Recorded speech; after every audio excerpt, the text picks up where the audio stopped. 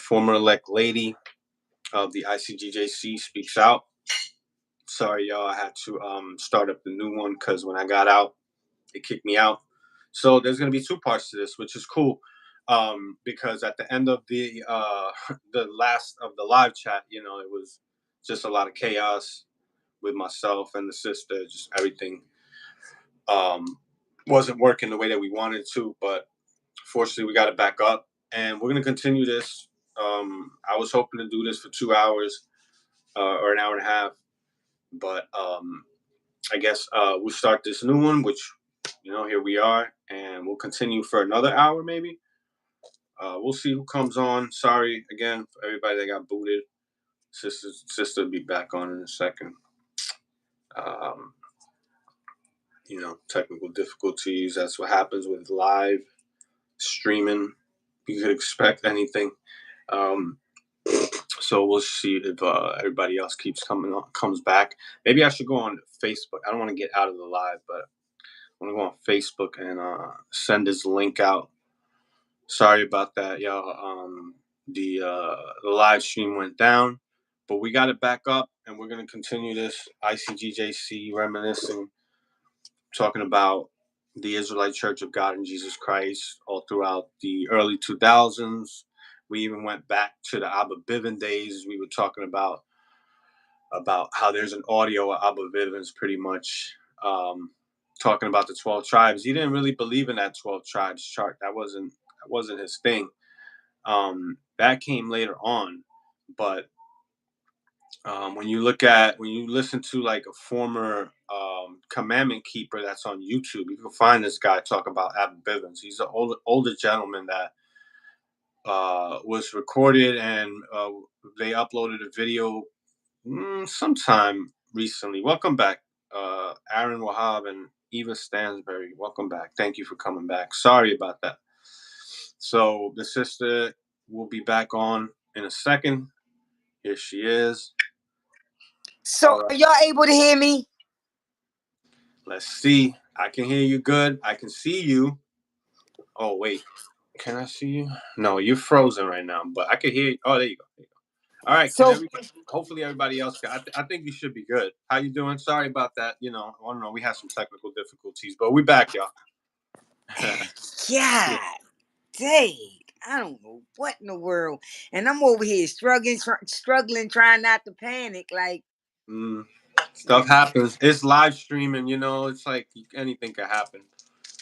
But absolutely. But I got time tonight. And I know that's right. But yeah, so should we wait for a few more people to jump back on, or should just... I think we want to recap. I was kind of going over what we spoke about. And yeah, like the sister, just so everybody knows, the sister was on here. We were on, we spoke for about an hour. So this is labeled part 2. Because we didn't finish what we wanted to talk about. She's talking about her time in the Icgjc, coming in getting into a marriage, and then growing in the Icgjc as an elect lady, having rank, and then some issues that also happened with other members, which, I mean, some of the stories that came out of Florida was some of the craziest stuff that you would hear. What you were talking about, sister, is understandable gripes that sisters in there had. My wife was not having that more than one wife thing at all. And it was like a secret. Like, I had to tell her, like, yo, you got to chill. You're going off. If God allows it, who are you? I would say, so it's like there was a lot of issues. I know with sisters, it's good to get a sister's point of view, and you're expressing yourself very passionately and very well. And I can relate. I was there. I know exactly what you're talking about. And there's sisters right here, right now, brothers and sisters that we all corroborate. It's like, you think that you some people might leave or get put out, and you don't hear about them, or they might be going through something, and then they might start feeling like they're condemned because they're put out. That place makes you feel like you're hopeless. You have nothing to live for if you're not in there, because you might as well be dead. So it takes a lot of courage to speak out, which so I appreciate that you're doing that, sister. Now, yeah, so we're back on. We were talking about Tazadakia. We spoke about a lot of things. Tazadakia's wives, baby moms, whatever his side pieces. I interviewed one a sister that would be considered a side girl. um, Tazadakia told her that you think we're married just because I'm sleeping with you. That's what she said. It's according to the sister. I have no reason to believe the sister's lying. She didn't do this to gain anything, and neither did I. We just wanted to put the word out for people that we cared about or we care about that are still in there. And there are a lot of people that we care about. And I want to announce this. They say the angels rejoice when people leave the world. Well, I'm rejoicing because I just found out a brother named Labwana Pash actually left the Miami church. This was a brother that's been in there since like 2008, 2009, a brother named Labwa Napash.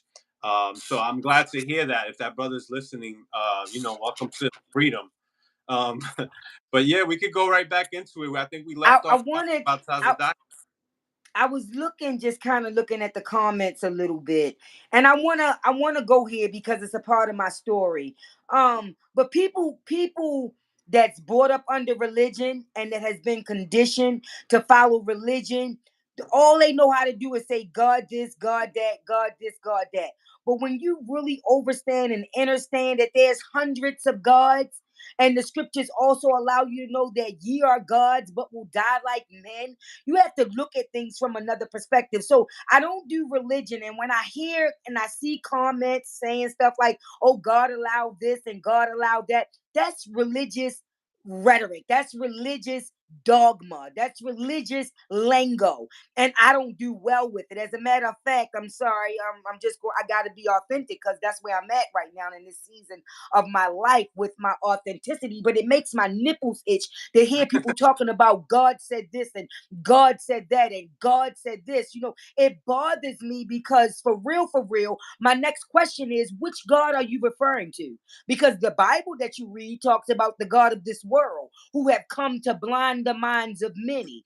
So if we're going to start talking about God, we need to really get into it. But nevertheless, I want to go into a little bit more of my time of being in the Israelite Church of God in Jesus Christ. It was hell, okay? It was hell. But I want to just fast forward and come current because I have a couple of my mentees or ex-mentees on this live, and they watched me be traumatized last Hanukkah up until not the present, but up until this year. They watched, they went through with me, with my husband and that second wife bullshit that the men like to utilize just so that they can do whatever they want to do. Because here's my issue. You saying that if a woman has slept with another man, slept with a man, right? And that man becomes her husband, right? If that be the case, all of us are married to a whole plethora of people. Everybody you had sex with has become your husband or your wife. Who has taken away that or wiped that away? If we're going to go with that philosophy, or we're going to go with that spin, that if you have sex with a man or a woman that he becomes your wife or your husband, then that means we all have a whole bunch of them, or a couple, or how many other bodies they would say that you would have. So it don't really sit well with me. It's just a way of allowing a man to pretty much do what he want to do. But like I said, you got men in there that has, because Kazadakia authorized that these brothers could have more than one wife. He had women that he wasn't even maintaining appropriately. He had women, like I heard the story about the woman who you talked about. He threw pennies at her, threw change at her, had her damn near barking like a dog, had her doing all types of Right, indecent stuff. And right. and this is y'all comforter. This is who y'all looked up to. This is who we all put on this pedestal. When you No, he was. say barking like a dog, it reminds me of Coming to America, right? That's what you're referring to. This is exactly what was going on. Saint Ivan spoke about a sister literally word by word, even the crowd yelling and everything, all the background of the the all of that. The sister had the DVD like memorized from beginning to end. Some Manchurian Candidate type stuff.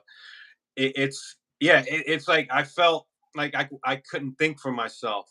And now that I can, it's so much better. I feel so like it's like literally like you broke out of prison. The only thing is that you didn't really realize that you were a prisoner. You felt it. I know I felt it, but it's not until you're actually out of it. Then there might be some time. There's people that don't respond too good after being put out or leaving the cult. There's some people that they don't, their lives are in shambles and they're trying to get their life back together. Unfortunately, some people even commit suicide. But it seems like to me, I feel like I overcame all of that, and I'm at the point where I feel very comfortable just talking about these things. And I think that it took you some time to get there yourself too, right? You Yeah, know, well, pretty much my issue was trying to still respect my husband, still being in the household with him. Well, as of now, y'all, I'm not in the household with him. He gave me an ultimatum, and I'm just jumping. He gave me an ultimatum last year, this year, and told me that I can either accept the fact that he wanted to take care of two households and have a second wife, or I can do my own thing. And what I chose to do was my own damn thing. I left. I did what I needed to do to remove myself, and I feel good. I actually feel sorry for him because between karma and being in that cult, that they get a lot of them getting their asses whipped in there. You got brothers got 2 and 3 jobs and still can't maintain. Listen, I don't know, for those of you that don't know, that the church is not even supposed to be really operating right now. They are still up under some forms of judgment because of what Tazadakia did. And for those of you that don't know, he was indicted for stealing $5 million from the parishioners. I told somebody today, I had them laughing. I said, the truth be told, I want to find out who got a class action lawsuit so I can get in on it, because I want my shit back. I put in thousands of dollars thinking that I was serving God, thinking that I was in the quote unquote truth. Whole time, y'all, pushing me from my family, wasn't dealing with my family like that. You got to cut everybody off. People that's not in there, you being instructed not to cut them off. Do y'all know you got some brothers and sisters that don't even deal with their mother and father due to right? that wicked ass place? You got some people don't deal with children no more. The children don't deal with parents no more, because the idea is once you leave, and I left, I wasn't put out, I left. The idea is once you leave, you now doomed for hell. Hmm. My husband done told me a couple of times, watch, you gonna see. Just mean, just evil. And it's sad, y'all. It's scary that you can be so befooled. You can be in a place where all you looking for is the Lord. All you really genuinely looking for is the Lord. A lot of us came in wanting to do the right thing. We just wanted the Lord. We just wanted to get closer to the Most High. We didn't want all of the extra stuff. And some of the brothers, don't get it twisted, they love the ranks and love being controlled. But let's talk about you brothers for a minute. Because some of them brothers is the most punctified in there, D-spine, no backbone, just yes sir, no sir. Yes sir, no sir. They got an order that if you get a call from a chief priest and you don't answer the phone, you got about 5 minutes to call back. That's You right. got about how many? But yeah, that's right. I think it was 5 minutes. Yeah, I think that was it. And you have to report every day to somebody and tell them whether you're going to be available, if you're going to be late, and if you don't, yeah, you're going to get in trouble.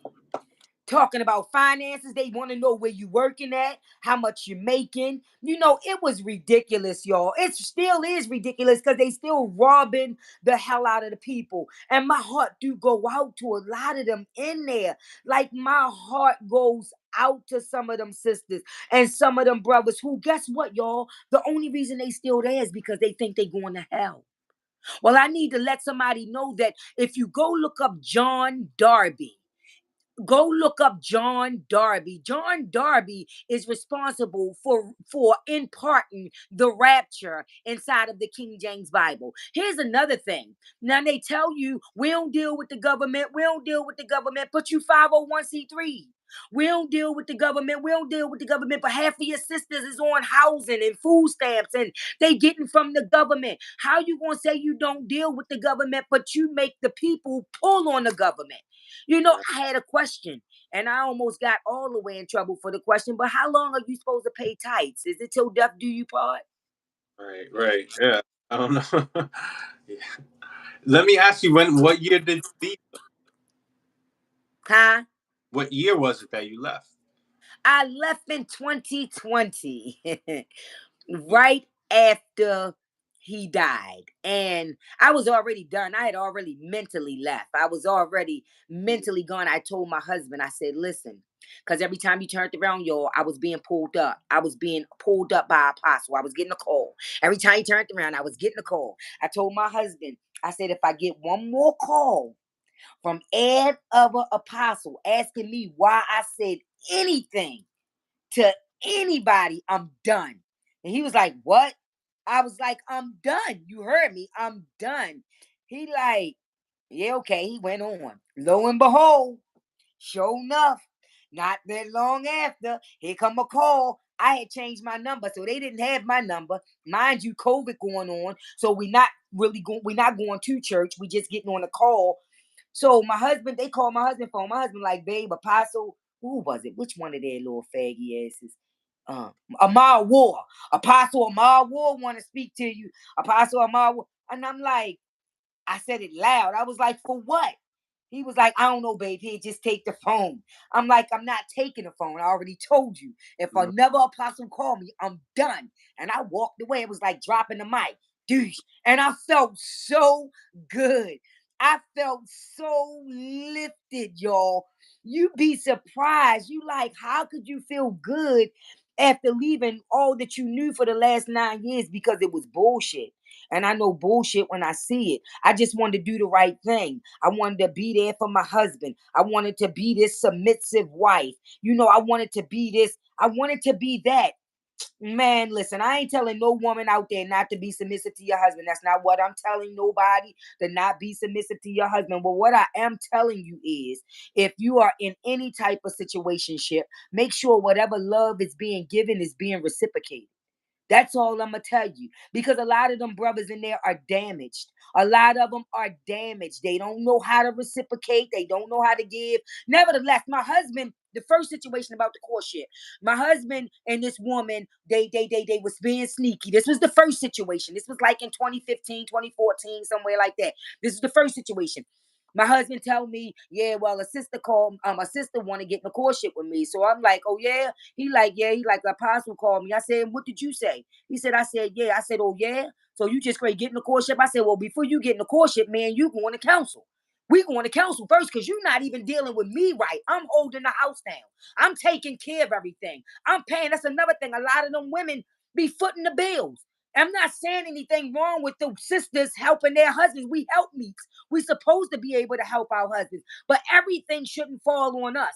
All of the weight shouldn't fall on us because you got to give all your funds to the church. All your funds is allocated to the church, so all my funds got to be allocated to the house. That's not right. And that's how my household was being ran. My husband, all this stuff was allocated to church. Nevertheless, he said, I said, yeah. Well, my husband was punctified to counsel. He stayed far away from counsel. He made sure he didn't get his ass in no kind of trouble. If he said they said jump, he said how high. He made sure he didn't get in no type of trouble so he could avoid counsel at all means. My little ass, every time you turned around, I was being summoned every time you turned around. Nevertheless, so I say, oh yeah. So he was like, well, before we go to council, I'm gonna just call the apostle back and let the apostle know to tell the sister I changed my mind because the way the order is, the sister got to go to the apostles, let them know the brother that she interested in, and then the apostles call the brother, ask the brother, is he interested? The brother is supposed to come to his wife if he already got a first wife, and it's supposed to be done decently and in order.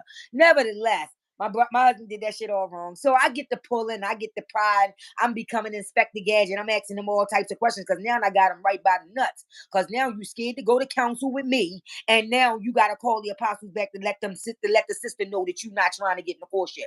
He did that. They let the sister know. The sister got mad, y'all. Sister got mad. Sister took my ass, me and 3 other sisters, hauled ass us. I'm an elect lady still at this time. Here I go again, back to council as an elect lady. Hauled ass my ass back up to council and told Tazadaki a punk ass. That, and I know y'all like, damn, sis, you just talking. Yes, that's how I'm feeling. Yup, yes, yup. Nevertheless, told Tazadakia that I stopped my husband from getting in a courtship with her. Ma'am, when it all came out, y'all broke the orders. He was all over your house. It came out that y'all had kissed. And ain't no telling what else. His brothers was having sex with sisters, bringing them in, talking about this, my wife already. Same bullshit my husband did to me. And I'm so healed. I'm so comfortable in my skin. I can say, y'all, for somebody out there, I missed I ignored all of the goddamn red flags. There were a plethora of red flags. Now I'm stepping out of just wanting to talk about the church, but trying to help somebody. We got to be mindful of the red flags, y'all. We got to be mindful, and this for men and women. And I don't care where the red flags coming from. If you getting yourself tied up in an organization that's deeming the majority of your time, and you don't have time for your kids, and you not able to maintain your household the way you should, but you in church doing everything you supposed to be doing in church, Houston, we got a problem. Question it, because it shouldn't be. Because it should be the Most High, for those of you that still believe in the Most High. Then it should be yourself, and then it should be your wife, and then your children. So there's an order to the things. But where I'm at right now in my skin, y'all, I done did so much research. That's something else they tell you to stay far away from. I done did so much research. I know that the way that this Bible has been taught incorrectly. It's been taught incorrectly. It's been taught incorrectly. And with that being said, I'll stand 10 toes down with anybody that want to say, I'm going to hell because I left that cult. I'll take my chances in hell for 5,000, because I don't even believe hell exists. I believe heaven and hell is a state of mind. I believe it's a consciousness, just like Christ. To have a Christ conscious, that's a consciousness. We all sitting back being taught that Christ getting ready to come back and crack the sky and a second coming and all of this stuff. It's a consciousness. The Christ consciousness is already here. We are already here. We are already here, but because we are being put into situations where we got to believe the way things is being taught is incorrect. So I would employ anybody that's a part of religion to run real fast, run far away from it. Religion is it's a $1 billion corporation. That's what it is.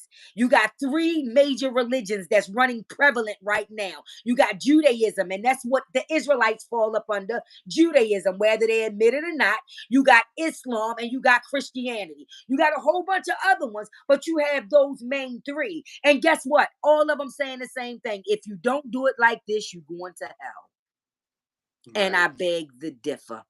So nevertheless, jumping back to Tazadakia, I'm in the council, 4 other sisters in there. The sister talking about, yeah, this sister stopped me from getting in the courtship with her husband. Tazadakia like, sister, you stopped her. I said, sir, they broke the order. He cut me. Sister, I ain't at you about no breaking the order. If you want to talk about breaking the order, you should have brought your husband to counsel yourself. This, that, cut this shit out. Yo, he used to cut me so bad. I would leave council bloody, bleeding after I left from sitting under this wicked ass individual. I'm talking about, y'all, you might go up there feeling good about yourself. You can best to believe by the time you leave his presence, you feeling bad. If you ain't have a lot of money and you wasn't a part of the group, because you had to be a part of the intel. There's a certain intel group, and you got to have a lot of money, not a lot, but you had to have a nice amount coming in, like my Hummer gun. Yes, I'm calling names. You got Hummer gun, you got Let Lady Mosma Warrior, you got all of these ones who break their neck to do whatever it said need to be done. And this is how you slide through in the Israelite Church of God in Jesus Christ. By, I like to call y'all. You gotta tell on people too. You gotta be like yeah, that's all part of it. And that's how you know that they got you. You know, they looking at the money. That's important. Somebody said in the comment section their money was saved and that they should have been put out. That's what I'm talking about. Yeah. That's what I'm talking about. And it's raggedy, and it's still raggedy. And right now, they're waiting for Tazadakia to come back to part the Red Sea. Now, some speculate and say, did he fake his own death? Some say, no, he really is dead because he had underlying issues when COVID came out. I don't know, but I remember a DVD, and I remember it clear as day when he stood up and he was talking about COVID, and he was laughing at COVID, and he was bashing COVID. And next thing you know, they say he died from COVID. So it's just a lot of stuff that went on. I told my husband, y'all. I said, this man died from COVID, and that was supposed to wake up a lot of people. And Yeah. it didn't. It Right. didn't. I wonder what's the next step. They're talking about a second witness now, but they say that they don't even know if he's in the church or not. I don't, Wow. they seem to be just kind of fizzling out into obscurity, and they're not so much as known as like all these other groups. Have you seen them out in the streets recently, or? Well, mind you, my husband and him and I, we done, we done. He's with the other woman, y'all. He left me for another woman. For those of you that don't know, those of you who know me, y'all know I've been joking this situation here lately. I've been joking. Do it hurt? Absolutely, it hurt. I gave this man 14 years. I took care of his kids, raised his children. I was a submissive wife. I was very faithful. I took care of this man. I did. I actually made him look good in the church. I really did. But yes, they still going out on unit work, but now they going to different states. They got the brothers getting ready to get passports, because now my husband talking about getting a passport. When I went and got mine 5 years ago, he wasn't with it. Now he talking about getting a passport, but every time I turn around now, they are in another state. They in Kentucky. They just be going up to, I guess, doing unit work in these other states, trying to build in these other states. And they also did an influx of giving new ranks out. They gave new ranks out because my husband just became a bishop. But here's the thing about that. They made these brothers during the Passover pay $700, $1,000, and $1,500 for these garments. And then turned right around 2 months later and gave them new ranks. So they then had to spend more money on the garments. So my husband had spent $700, and Right. then 2 months later had to find 1,000. Yeah, because your garment has your rank on it. So if you just bought a garment for Passover and then you get moved up, and they'll usually do that. They'll move you up like a month later, right? I think Yep. it's the second Passover. I forget. I remember they Yep. did time when I got raised up. I was a captain. That was my highest rank. But yeah, so now you got to pay for that. And what? Yeah, that's some of the craziness stuff. But It was just a lot of stuff. It still is a lot of stuff. I really don't get tied too into it now. Definitely because me and my husband, of course, is not in the same household, but they still having the same Sabbath classes, the same teachers coming up teaching, how they do. But it's crazy because I feel like I don't want to say I don't regret being in there. Let me clear the record. I don't regret being in there. But if I ever had to go back, I wouldn't. I right. wouldn't. I wouldn't because when I tell you traumatized. Mhm. So, nevertheless, real quickly, and I'm gonna be jumping off here soon. My husband didn't get in the other courtship, so that didn't work out. I got in trouble. Then we had another sister ended up taking me to counsel. This time she took me to counsel, y'all. I mean, the sister took me to counsel. She took me to counsel and I said she had the demons on her. I was a elect lady. Mind you, we was able to say you had if you had the demons, you had the demons. Niggas was saying it all damn day. Niggas got the D's on them. Niggas got the demons on them. It's certain slang and lingo that we used in there that was only for in there. And a person having the demons on them was a very big deal. So the sister went up there and said, I said as an elect lady that she had the demons on her and that her mother had the demons on her. And I probably did. Nevertheless, I went to counsel this go round, and this was it. This was the counsel that took the rank. So I get up there, he manhandled me. When I say he manhandled me, he manhandled it. Sister, who you think you are? You thinking of yourself more highly than you ought to. And sister, and this, that, the third, and sister, you busted. You busted. I'm taking your rank for a year. And as a matter of fact, sister, you under a gag order. You are not to talk to none of these sisters for a year. I mean, none of them. Rank gone. Yeah, I'm in there, bitch. Excuse me, y'all. I'm in there crying. I'm in there like, yo, what the hell just happened? Nevertheless, I leave there all distraught. You know, you manage once you get home, you manage to get yourself together. You know, you crying to everybody, telling everybody what's going on. You manage to get yourself together. So I managed to get myself together, and guess what? I still started going, still going hard. Still going hard. Still one of the first ones there sitting on the front row going hard. Now I'm getting up. I'm challenging them now. Now I'm bucking. Now I'm bucking for real. I'm challenging. I got questions. I got a question. I got questions. Yeah. So I would get up and I would get to asking questions. And it would, try to give me an answer or whatever. Normally I would get, sister, ask your husband when you get home. That's normally what I would get when it would come to my question asking. So now I'm under this gag order. I can't talk to nobody. Family days coming up. Can't talk to nobody but my children. Now the majority of my children dwindling out. They phasing out. They leaving. They grown now. They like, fuck that shit. I don't want no part of that shit. They leaving out. So now I'm in there, just me and his kids, his 4 boys and just me. And I'm trying to go hard, still trying to go hard, but I'm watching so much stuff go on. And then, like I said, church got raided. Once the church got raided, they fed us some bullshit about how it got raided and why it got raided and this, that, the third. Next thing you know, this brother was getting indicted. Next thing you know, he going to court. And he got all of these court papers coming up and he telling the people, oh, it's because of righteousness. I'm being persecuted for righteousness. And we went up to, I can't even remember where we was at, but we went, I think it was to the state. I don't know where we went. DC. We was somewhere in DC. I don't know if you remember brothers. He had brothers and sisters, elect ladies take bus loads to DC, and we was holding the many, it is finished. Many, it Yeah. is finished. You went to that? Yeah, I was there. You were there. Did you get to I preach? was about to speak, but I backed off. I was scared. Okay. So I was right there, though. If you watch the Yeah. DVD, you would see me. I'm right there. Okay. Yeah, I think I remember now because there was a sister that went up, and there was a few sisters around her. Yeah. It wasn't really that many people there. It didn't seem. It was probably like 100 people, maybe. Less. No, we was deep. We was Okay. deep. We was about we was like 3 bus loads, 3 coaches. Okay. So we was deep, but that was besides the point. We did all of that talking about give the land back and free the prisoners and all of these fake Yeah. ass prophecies that he called himself doing and give us Israel and here's the demands and we coming to make the demands and many, it is finished and all of this shit. He was very charismatic. Yeah. Yeah. But this man had the ability to shut me down. The last council I want to talk about that I went to, and then I'm just going to talk about how my husband just did what he did.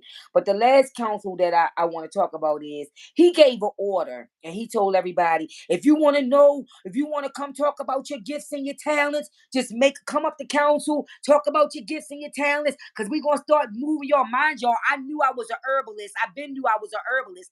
I've been dealing with natural herbs, but I was ready to present it to the church. I was ready to let them know, like, yeah, I'm ready to be used. Like, I know who I am. And this was All right. after the elect ladyship. So this was after I was busted. Mm-hmm. This was after all that. A couple years went by. I'm still going hard. Now I'm ready to go up. So I got my notebook, y'all. I waste all this money to go up to council because you had to pay your own way to council. And some people lived far, some people lived near. Luckily, I was only 3 hours away and I was able to get there a lot easier than you, Miguel, Yeah. coming from where you was coming from, where you had to fly. And I was able to drive, but Yeah. nevertheless, you had to pay to go to council. So I get up to the council. I'm all excited, y'all. Yes, I'm ready to go up here and talk about my gifts and my talents and shit. Yes, and this brother gonna give me the breakdown of who I am and yeah, Yeah. this We were nigga excited. cut me to pieces. This was my last. This was the last council. Cut me, sister. Again, you thinking of yourself more highly than you ought to, and I ain't talking about cut me. I left there so broken, y'all. When I say I was broken, I was broke I'm talking about broken in half. Y'all, I forgot one of the times I took my husband to counsel. This was after him and his first sister. I took him to counsel to try to get a divorce. And Tazadaki denied me, punk ass denied me of a divorce back then. I was mad as shit because I went up there to get a divorce. Like, my husband ain't doing right by me. He not taking care of the home. He not doing what he's supposed to do. Sir, I want a divorce. Salakia, sir. I want a divorce, right? This nigga, sister, y'all a good family, and I think y'all gonna do good together. Nigga, where we at now? Mister, you think we gonna do good together? Right. But no, sister, I ain't gonna give you the divorce. He wouldn't grant it. I had grounds, y'all. My husband was a fucking cheat. Every time he turned around, he was in somebody's face.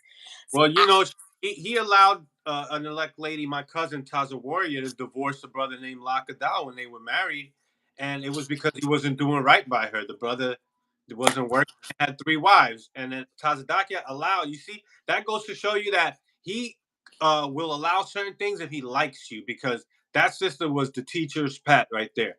That sister Taza Warrior, she was able to divorce Lakadal, and she remarried a chief priest Manatzazak. So they do allow abortions, but it's all based upon what Tazadakia, how he feels, pretty much. So that's crazy. That's there needs to be. I mean, I'm not opposed to it. Sometimes some people grow apart, and you can't force it. You cannot force it. Yeah, we could take. I want to shout out somebody in the comments. I'm looking at the comments, but I want to shout out Rick. I wanted to shout out Rick. Hey, hey, hey. It's a lot of you brothers and sisters I was looking for. Because again, if any of y'all don't think I'm crazy, but if any of y'all try and get y'all money back, y'all tithes and offerings, let's find a class lawsuit and get our shit back. I asked somebody, would you get your money back? They was like, no, I would. I want all my shit back. You know how much money I done gave to that organization? And I'm sorry, when you mentioned that, you sent me a text, and I was like, what is she talking about? And then I remember there's a brother that I was really cool with, Terrell. His name's Terrell. He was on maybe like a year ago on the live when I had a bunch of brothers on. Yeah, a bunch of brothers came on. That was a good one. That brother said he was going to do that. I haven't spoken to him in a while, so I got to get back up with him. But we were thinking about this way back, even before Tazadakia died.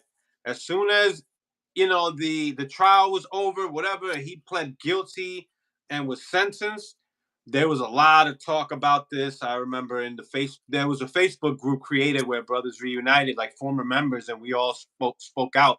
So we started talking about that, but I don't know. It just never got to anything. I never really, I always Listen, willingly, whoever you know. Listen, whoever want to do it, I'm trying right now, y'all, and I got to be careful, but I'm trying right now. I have spoken to 3 different lawyers because I feel like, and I'm gonna say this, I feel like the church is partially responsible for why me and my husband are now separated, getting ready to go into divorce. Because here's my thing: if you got a legally married brother who's legally married, I'm talking about from the system. Me and my husband was legally married. You got a legally married brother, and you're teaching them that he can have more than one wife, brother. That's adultery. That's infidelity. And I know they say, well, we don't deal with the government, but yet and still the Bible tell you to obey the laws of the land. Which is it? Are we not gonna deal with the government, or are we gonna obey the laws of the land? Because if we're gonna obey the laws of the land, and you're teaching these married brothers that they can have more than one wife, and they're legally married, you destroying homes. It was just another means of destroying homes. Y'all, when I tell y'all my heart goes out for some of these sisters, and Ayasha Maba, I'ma laugh, I'ma make you laugh. Hopefully I make you laugh, but you was one of the ones that used to irk me a lot when you was there, because y'all used to beat that. A brother can have more than one wife. A brother can have more than one wife. Y'all use that shit to your advantage. And it was just so that y'all can do what the hell y'all wanted to do. And I'm okay with it now. And I'm okay with it. You like it, I love it. Hey, whatever. But at the same time, let's call that shit what it is. Let's call a spade a spade. A lot of them brothers only get another wife because they can. Right. A lot of them brothers, and y'all probably saying, sister, why are you focusing on that? Because that's my story. my husband left me for another woman. That's my story. And I can laugh at it today. I can laugh at it because I'm in my own space now. I'm doing my own thing now, and I'm peaceful.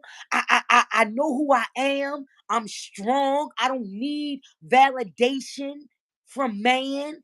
And it's another thing. A lot of you, a lot of brothers in there and sisters in there, y'all need validation. Y'all need man to validate you and to tell you this, and tell yourself. Love yourself. Tell yourself you love yourself. Because a lot of y'all are waiting for a Christ to come back, not realizing that the consciousness is already here. The Christ consciousness is already here. It's already here. The collective is already getting up. We're not waiting for somebody to crack the sky, y'all. It's not happening. It's not happening. I teach my people all the time. It's not happening. It's all good, Yasha Mabai. It's all good. I still love you because I'm glad, brothers, whether you was put out or whether you left, I'm glad brothers left or got put out. I'm glad. It's a good thing. It's a good thing. But what we need to do as a collective is really start supporting each other. Let's support our truth. Let's support our truth because we have a truth. We have a truth. And our truth is we was a part of this place. Some of y'all was a part of this place for 20 and 25 years. Rick, yeah. Doing the same shit. Rick lost both 2 wives. Just being in this place. Just wicked. Wicked as shit. And I look at these brothers now and I be like, yo, I feel sorry for my husband. I do. Some of you might say you feel sorry for him. Yes. I think him and that sister is better off together. I really, really do. Birds of a feather flock together. I ain't mad, but I need some alimony. Yeah, I said it. Yeah. I need some spousal support. Yeah, I'm sure you earned it as a sister that was in there. I know I know how it works.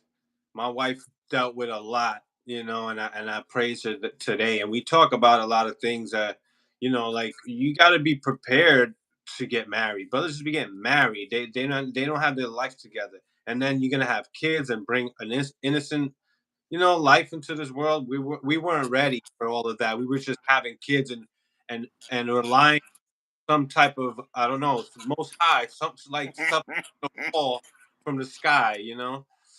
Yeah, I, I joke I that type waited of stuff that one now. time. I ended up getting evicted one time, waiting on the Lord, to come through because I had to pay tithes.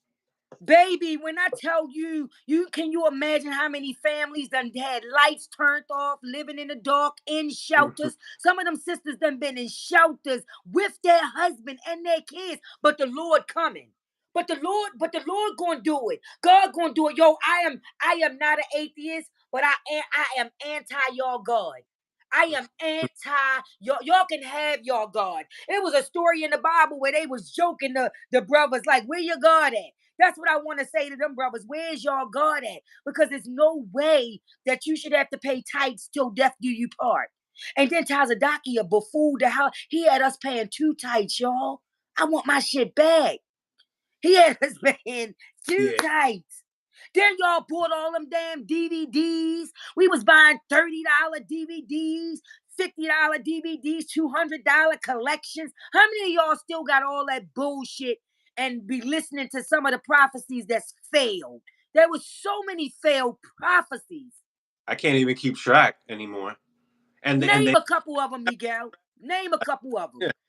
You got the H1N1. You got how Haradapia was supposed to get up and walk. You got the brother that was supposed to come back from the dead, Mayaka Allah. You had the failed 2020 prophecy where he was talking about Jeremiah 16 and 14 and 15.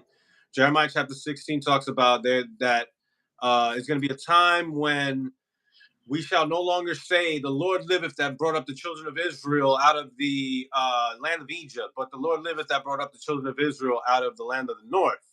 So Tazadakia came on a DVD. I forget the name of it, but it's actually on YouTube. Somebody posted it under one. I don't even know. There's so many random accounts. I don't know who's managing all of this, but they put Tazadaki's DVDs online, and I have all this ammunition, like, and it's Tazadakia literally saying the last Passover was going to be in 2020, and they were, so that means that they were going to be in Israel in 2021 talking about how great 2020 was, and they are still here, and they had another Passover out here.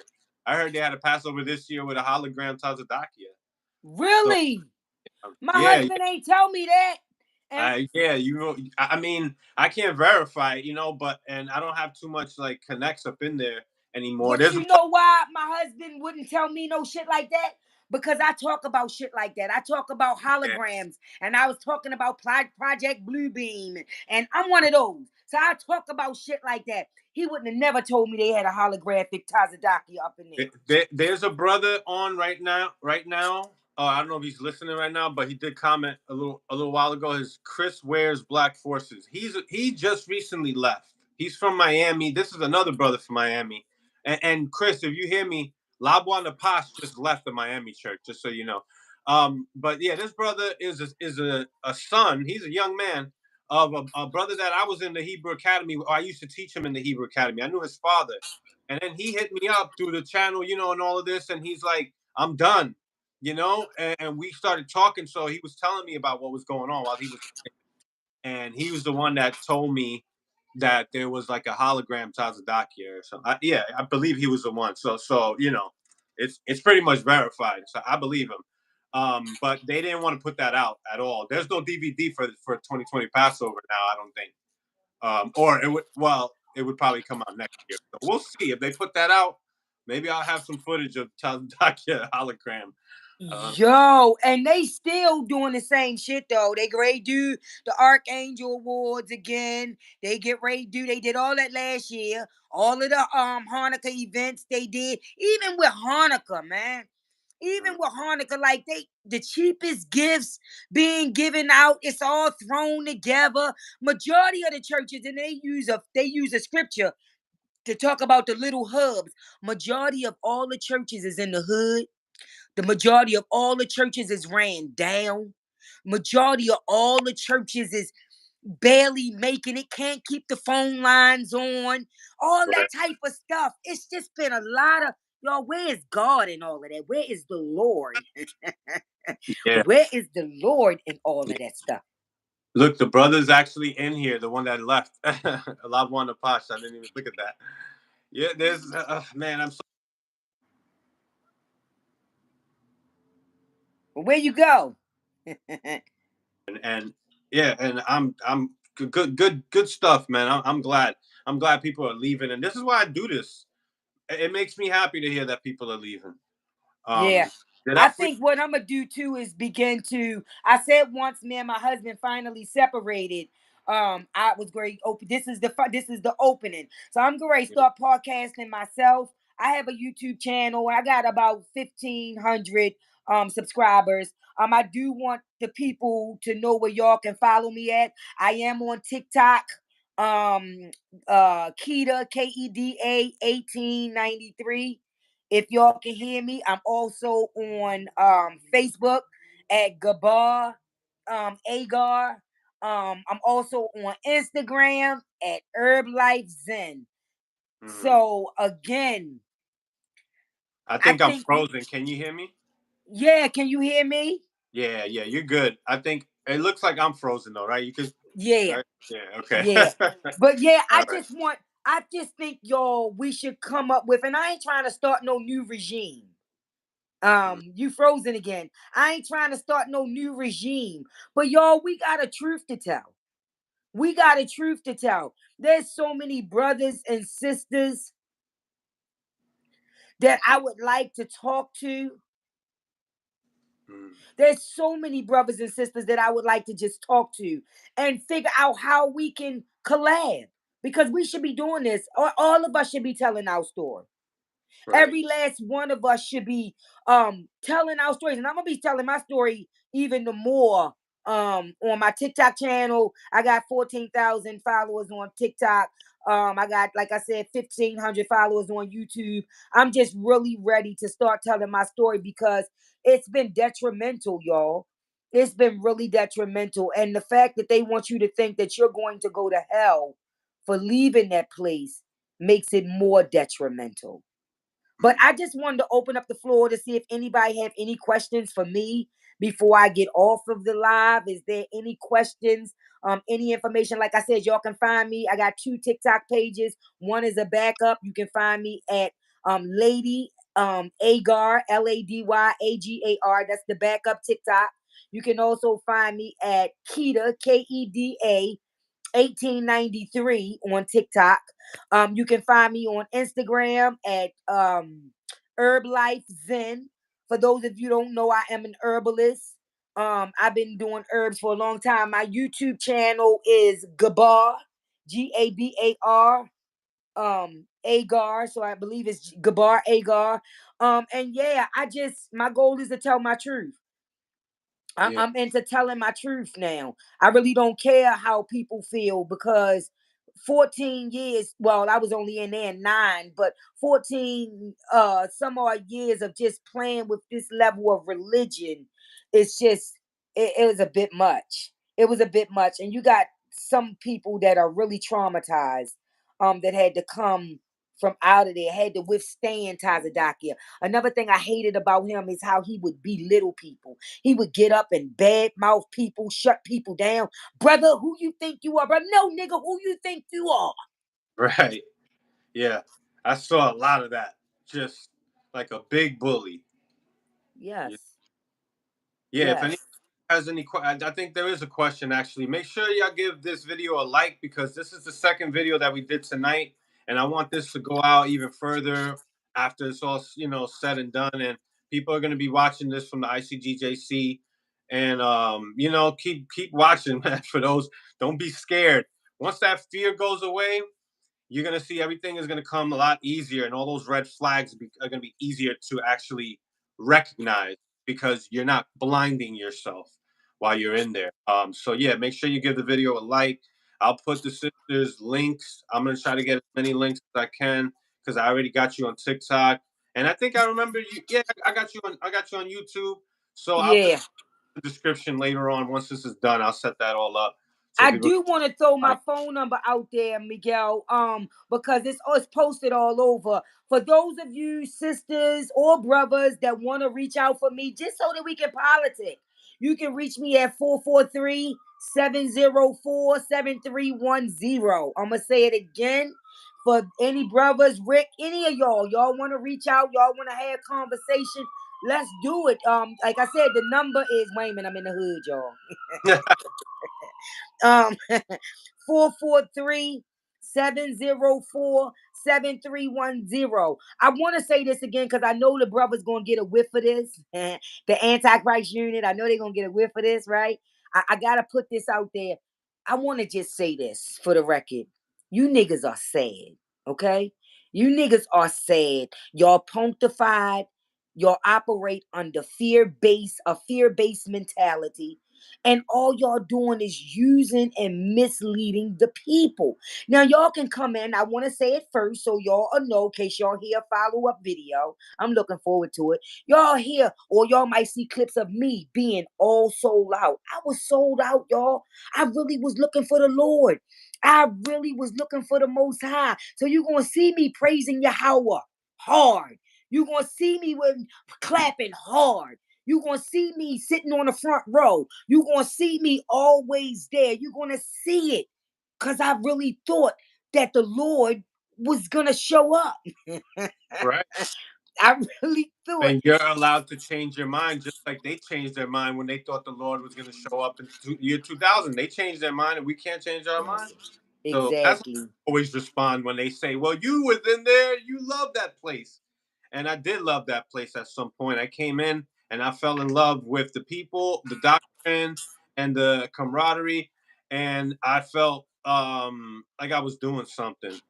Yeah. And, I don't regret being in there.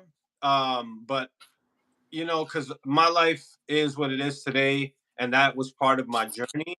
So I don't like to think about it like that because that'll be a very stressful life.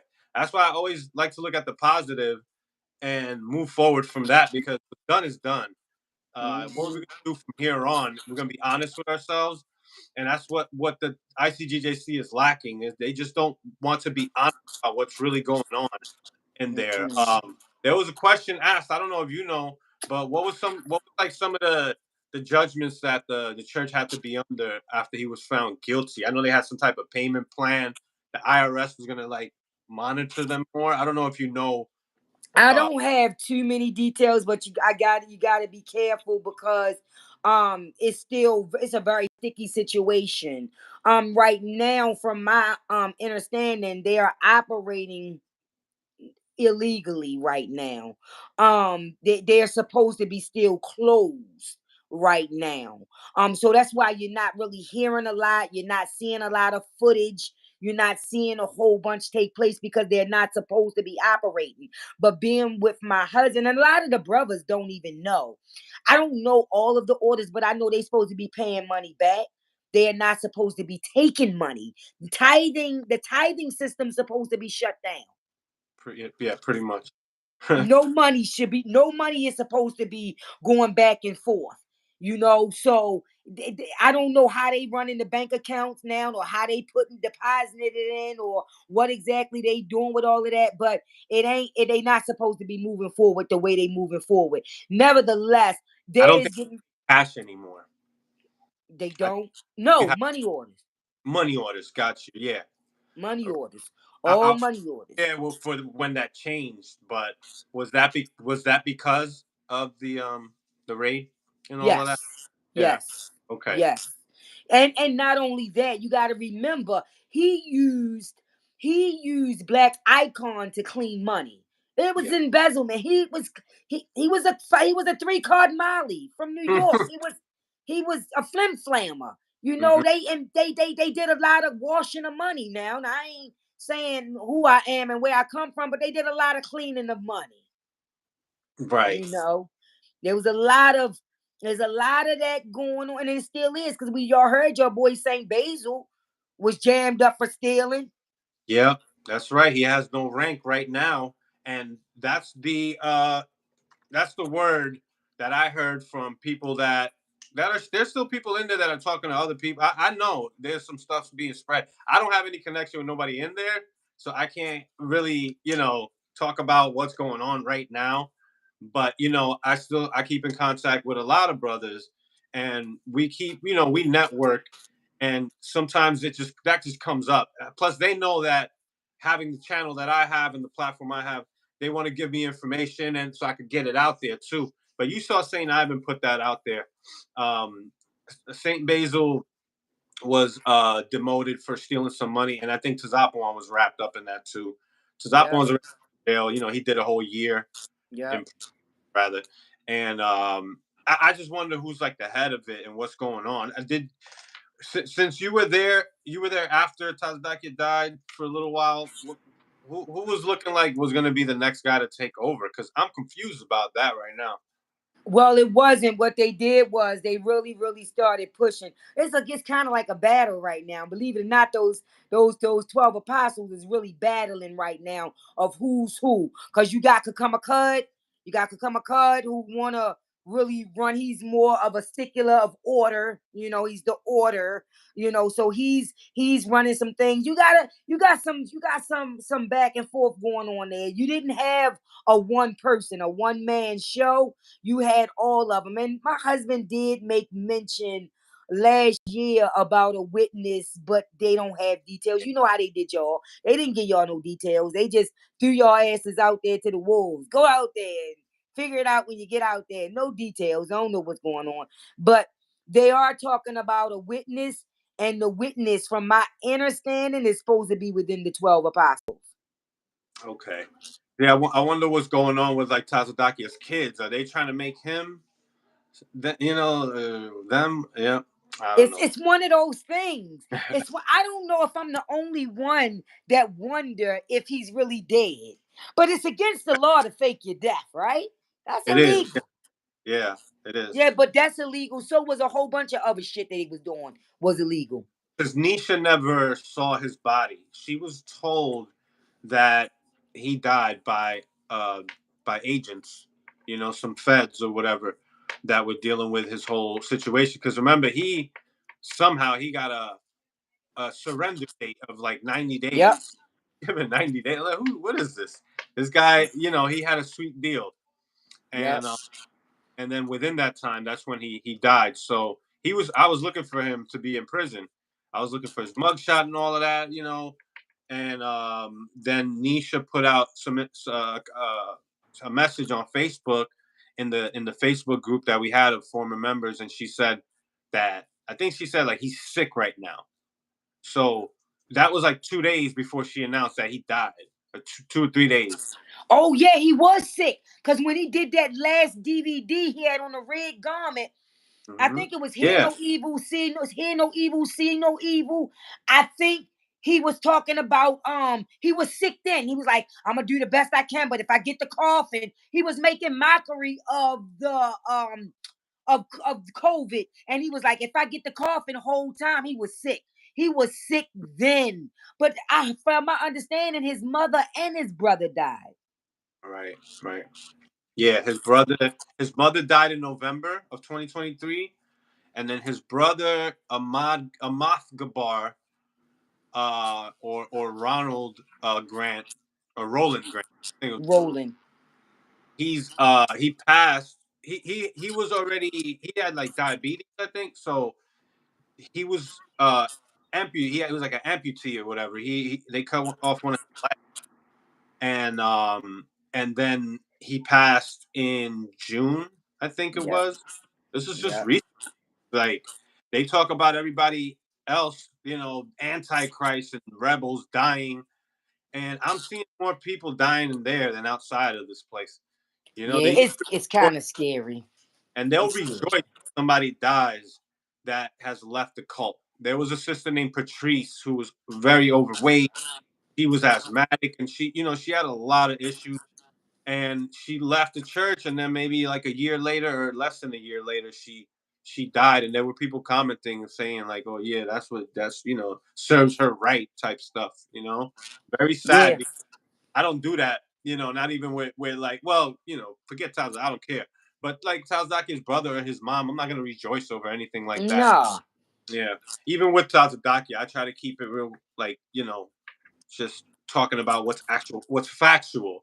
And well, what's factual is, Miguel, and y'all can call me cold-hearted or call me what you want, but what's factual is he did a lot of fucked up stuff to a lot of people. And I'm not saying that's why he died. Because people start saying, oh, only messed up people died. No, everybody gonna die. You was born to die. Everybody's going to expire at some point. But the fact of the matter that how he played with the COVID and talked about it and laughed at it and joked, and then he got it. But what I was wondering is, did his children never get to really formally memorialize his body? Right. I wonder about that, because then that's where all this speculation comes from. I like to think that he's just gone, because it just makes sense. But I understand why people, because there's a few. I had this conversation before, and I'll entertain it, because it's just it's something that I don't know. It feels like he was working with some type of agency, or it could, I don't know, it could just be him. No, you right. No. Maybe they were like fed up with him, and I started just thinking, listen. and I was thinking the same thing. Yeah. Like, I was thinking, no, I ain't gonna lie to you though, y'all. I was saying that maybe he was really, remember how he told the story back in the day of how the Illuminati came they sent him a letter and he ignored the letter, but they was trying, some of you remember that, and they was trying to get him. Y'all, I promise you, I think he was a part of that shit. I think he was put on divine assignment to get as many people as he could all in one place, believing all the same thing, and then he started bucking, and then they did what they did. Yeah, I'm just I entertain all of that, because it's like, just that thought just comes to my head, and it's like the fact that the way he was so skillful in trickery makes me feel like he was like somehow trained by something, or someone or someone. Keep in mind that Al Sharpton national network, whatever that he has, that was right there at 1941. And I don't know what, nobody knows what goes on with that thing. That could just be a front just for him to get, what is that tax exempt organization. Same thing. It's very weird. This is where my mind goes when I start thinking that way, conspiratorial. I start thinking, is Al Sharpton connected with this somehow too?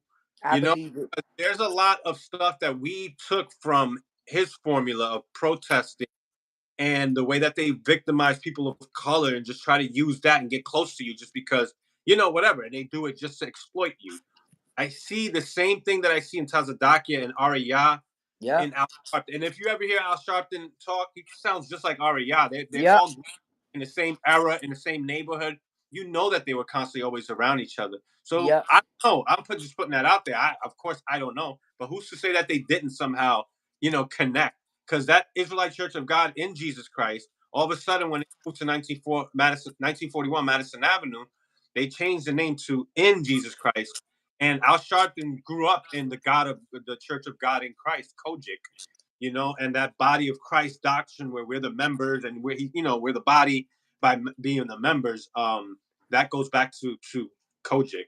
So I'm just putting that out there. I don't know that for sure, but my mind wanders, and I'm. Mine do too. And I don't put nothing past none of them. Ain't no way they've been 501c3 since the 70s or something like that. And they was able to get away with it, not telling the people. And nobody said nothing. Like you just able. I don't know. My mind be going too. So I ain't gonna go there because I could go into a lot of stuff, but the math is not mathing. Okay. The math doesn't math with how he came up. The Mm-hmm. math don't math how he took over. The math don't math how he ran the situation. The math don't math at how he died. It just don't math. And then you tell all of these people that love him so dearly, is nothing we can do. We can't tell y'all nothing. He died from COVID. That's it. That's all. Right. That's all we got. That's all we could do is speculate. But because I don't want to put out any false information out there. I try to be careful about that. But I'm gonna speak my mind and I'll make sure I tell you. I don't. This is not verified, but I Yes. I definitely have pondered about that so much on how they just seem very similar to this kind of like it's like riling people up and you separating them from society and you making them feel like they can't do anything without your help. And I see that happening with like other, like the Democratic Party behaves that way. Al Sharpton is a big tool of the Democratic Party. Yep. You had the FBI that had set up shop in Harlem. Yep. They had it in Harlem since the 20s, and they've been putting out people and false or infiltrating groups, I'll say, and then taking over from the inside. Yep. So that's why when Bill Clinton left office in what was it 2000 or 1999, where did he first go and open up his office at? It was right in Harlem. What are they doing all up in the communities where our people be at, trying to help us? It's like I see the same thing in Tazadakia. So I just want to feel that. I don't want to like Soldier 144, my brother from Minnesota. He was saying I don't want to give that credit because that kind of like immortalizes him. He's still alive and all. Like kind of like immortalizes him. But it's just something that I think about. Is he? He's in Argentina somewhere. I don't know with Hitler. I don't know. He done took his skin suit off. Yeah. Like no, he but took his do rag off, and now nobody can I just wanted to talk say about. for Yeah, the go ahead. record, Mm-hmm. like he said, a lot of this stuff can't be verified. We just coming through. I just wanted to share my story. Like I said, my husband, Yeah. a lot of them brothers is punctified. I'm glad a lot of you brothers grew your balls back because Mm-hmm. y'all was emasculated and y'all just used to get done dirty and y'all would just go through it. But I'm glad a lot of y'all got stronger and y'all doing things differently. I don't know.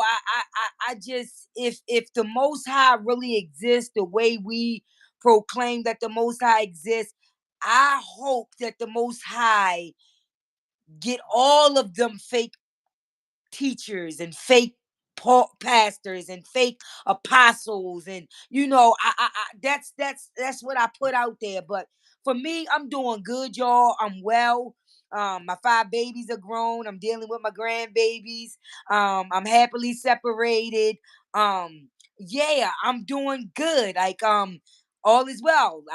My husband gave me an ultimatum and I moved. I got me a little small apartment. This is my first time having to live by myself without having children, without having a husband. So it's new, but I'm loving it. I'm loving the peace. I'm loving the freedom. I'm loving to be able to speak my mind and walk in my authenticity and walk in my truth without being judged. It feels really good. So if I could leave words of encouragement to anybody, I would say overstand and understand that everything you need is inside of you.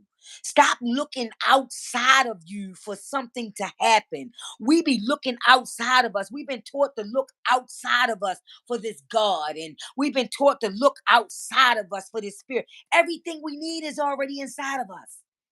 Everything we need to walk this journey out, whatever that looked like to you, whatever that looked like to me, it's already inside of you. We don't need a third party, and you don't need a rescue team, and you don't need all of that. All you need to know is the Most High created you, placed you here for a time such as this. Do your part and keep it pushing. Run far away from religion. That's just another word. If you're a part of it, run from it. Religion has only been designed to cause division. That's it. That's all.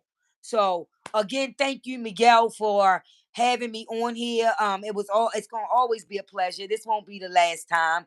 But I really thank you. I want to tell you to keep doing what you're doing, keep spreading the word, keep putting the word out there. A lot of people gonna look at this and think we bitter. You just bitter, you're just angry. Yeah, I am angry, not bitter, angry, yeah, because it's so much time been wasted, but I don't regret Yashamad Ba. I don't regret certain brothers in there. I don't regret it, but I look at a lot of them brothers and I just shake my head now. Like when I see the Antichrist unit, it's like you cats is doing the same thing, telling people they going to hell. Nevertheless, you're not going to hell. I know you was taught that. You're not going to hell just because you don't believe the way somebody else believes. Believe in yourself and everything else is gonna fall into place. But with that, I'm done. I think I've said all that I wanted to say for tonight. Well, you said it. You said it good, man. You did it the right way. You definitely don't sound bitter to me. This is a beautiful live, and I just want to thank you so much and let you know that I'm always here whenever you do need to speak, or if you need to use my platform, or you just want to talk behind the scenes. We got a lot of stuff because I definitely love what you do. I like listening to some of your, I'll be on your TikTok, your herb stuff. I like that stuff too. I try to focus on a lot on health. I try to do those walks and stuff because it's important. But mental health is very much important, and getting out of that place as soon as you can, it's just going to help you out. It's just so you don't get to the point where it's too late. Thank you very much, sister. I don't know if you wanted to say anything else. I'm going to keep the live going, but yeah, I am going to say this too. Eat to live, whoever you are. Because now I'm feeling like I need to walk in who I am right now for another 60 seconds. Eat to live, y'all. Stop living to eat. Stop getting caught up. A lot of people like to look at me and think that I'm a conspiracy theorist. But if it's true, it can't be a conspiracy. So I'm one of those ones that try to go after facts. And what you've been taught in religion is a lie. Everything that you've been taught, you know how you come in the truth and they tell you you have to unlearn everything that you was taught. It's the same way from being in there. You have to unlearn that stuff because a lot of that stuff that was taught, it was man-made dogma. It was nothing more than religion. And religion causes division. It has no other purpose but to separate and to divide and conquer. And when you realize that, you'll start doing things from a different perspective. I see things. What's the song I'm hearing? The song I can see clearly now that the rain is gone. Like I'm really seeing clearly now that the rain is gone. I feel sorry for my husband. I really do. I feel sorry for him because I was put in his life to help lead him out of there. When I came out, he was supposed to follow me. He was supposed to follow me. And I'm not saying that in no, like I'm over top of him because I'm that man. No, he was supposed to. The Lord only put me in there to show him how you can be in there. You can get everything that you think you need to get, and then you can walk and walk free with no issues. He was Right. supposed to walk with me, and he didn't. Mm. And I feel sorry for him. I really do. He reached out for me the other day and said to me, "You just don't know what I'm going through." Oh, yes, I do. Karma whipping that ass. I do. I do. Because you fucked over a good person and it wasn't called for. We could have talked this out. We could have did things a little bit decently and in order. You didn't have to run behind my back because I wasn't in the church. He figured I wasn't in there. Him and this girl was married and he brought her in like she was just his wife. Mm. But I had no way of I didn't know that. And Wow. then had me thinking they was just courting doing Hanukkah. Whole time they married. Whole time they married. So I want to be compensated. So if anybody know a good lawyer, I'm looking for one. I'm looking for a good lawyer because I know some of y'all say it's petty to want your money back from the church. No, it's not. They stole that. That was pure robbery. You Yeah. stole all my hard-earned money. The money that I could have used for shoes for my kids. The money I could have used for household supplies. The money I could have used for vehicle or whatever. That was robbery. You talking about Tobit, bought the type to the Passover. Yeah.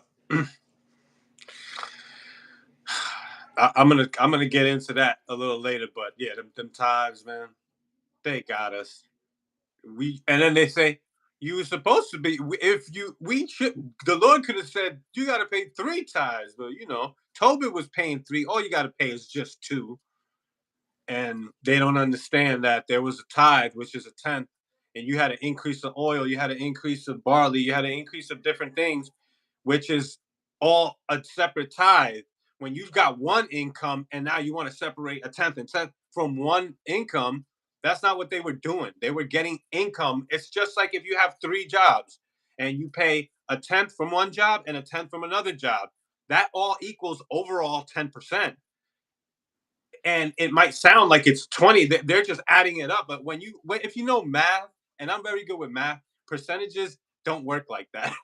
Yeah, you have to take a percentage of this and a percentage of that. That's a separate tithe, but overall all your income, it's not saying you got to take 20% of that.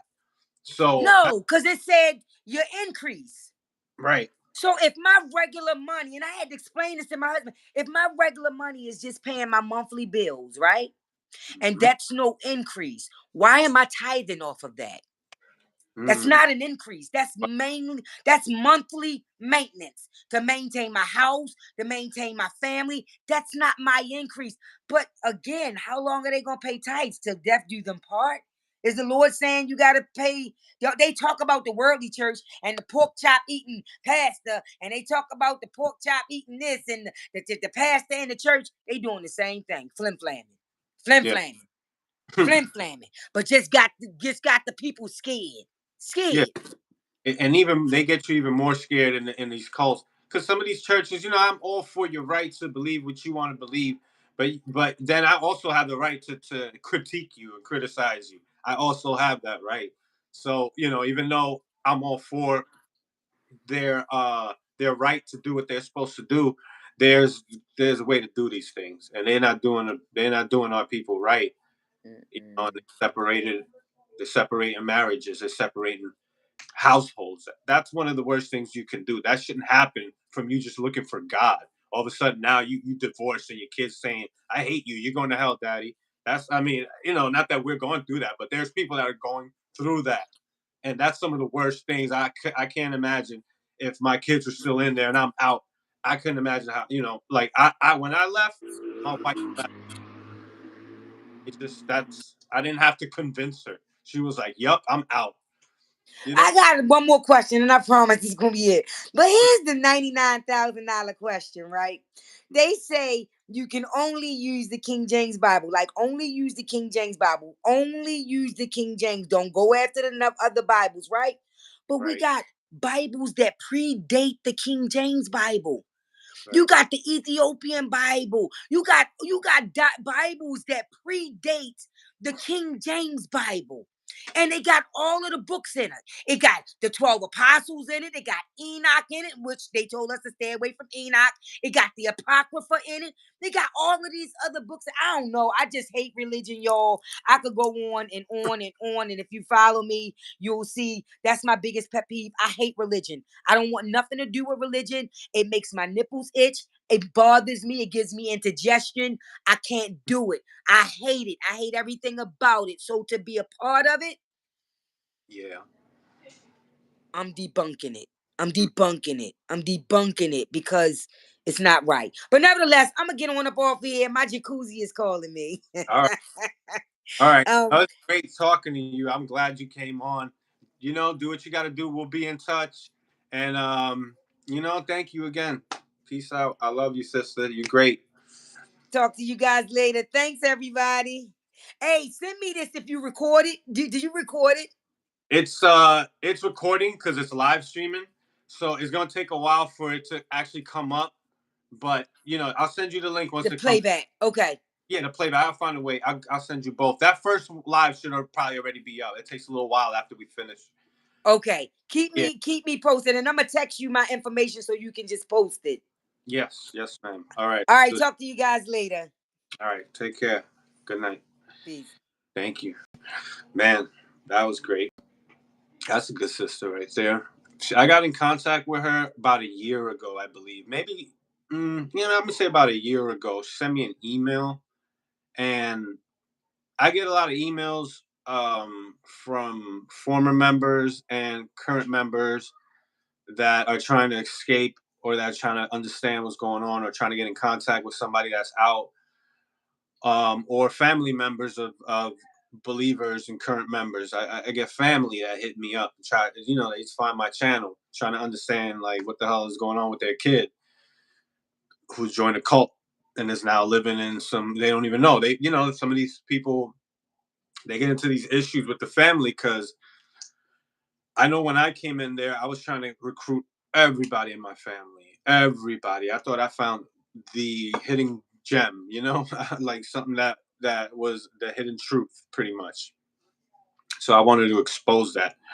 And I'm still the same way because you see how I operate with my channel. I'm just constantly trying to expose not only the Icgjc, not only Black Hebrew Israelite, but just all different types of religions. I've done videos on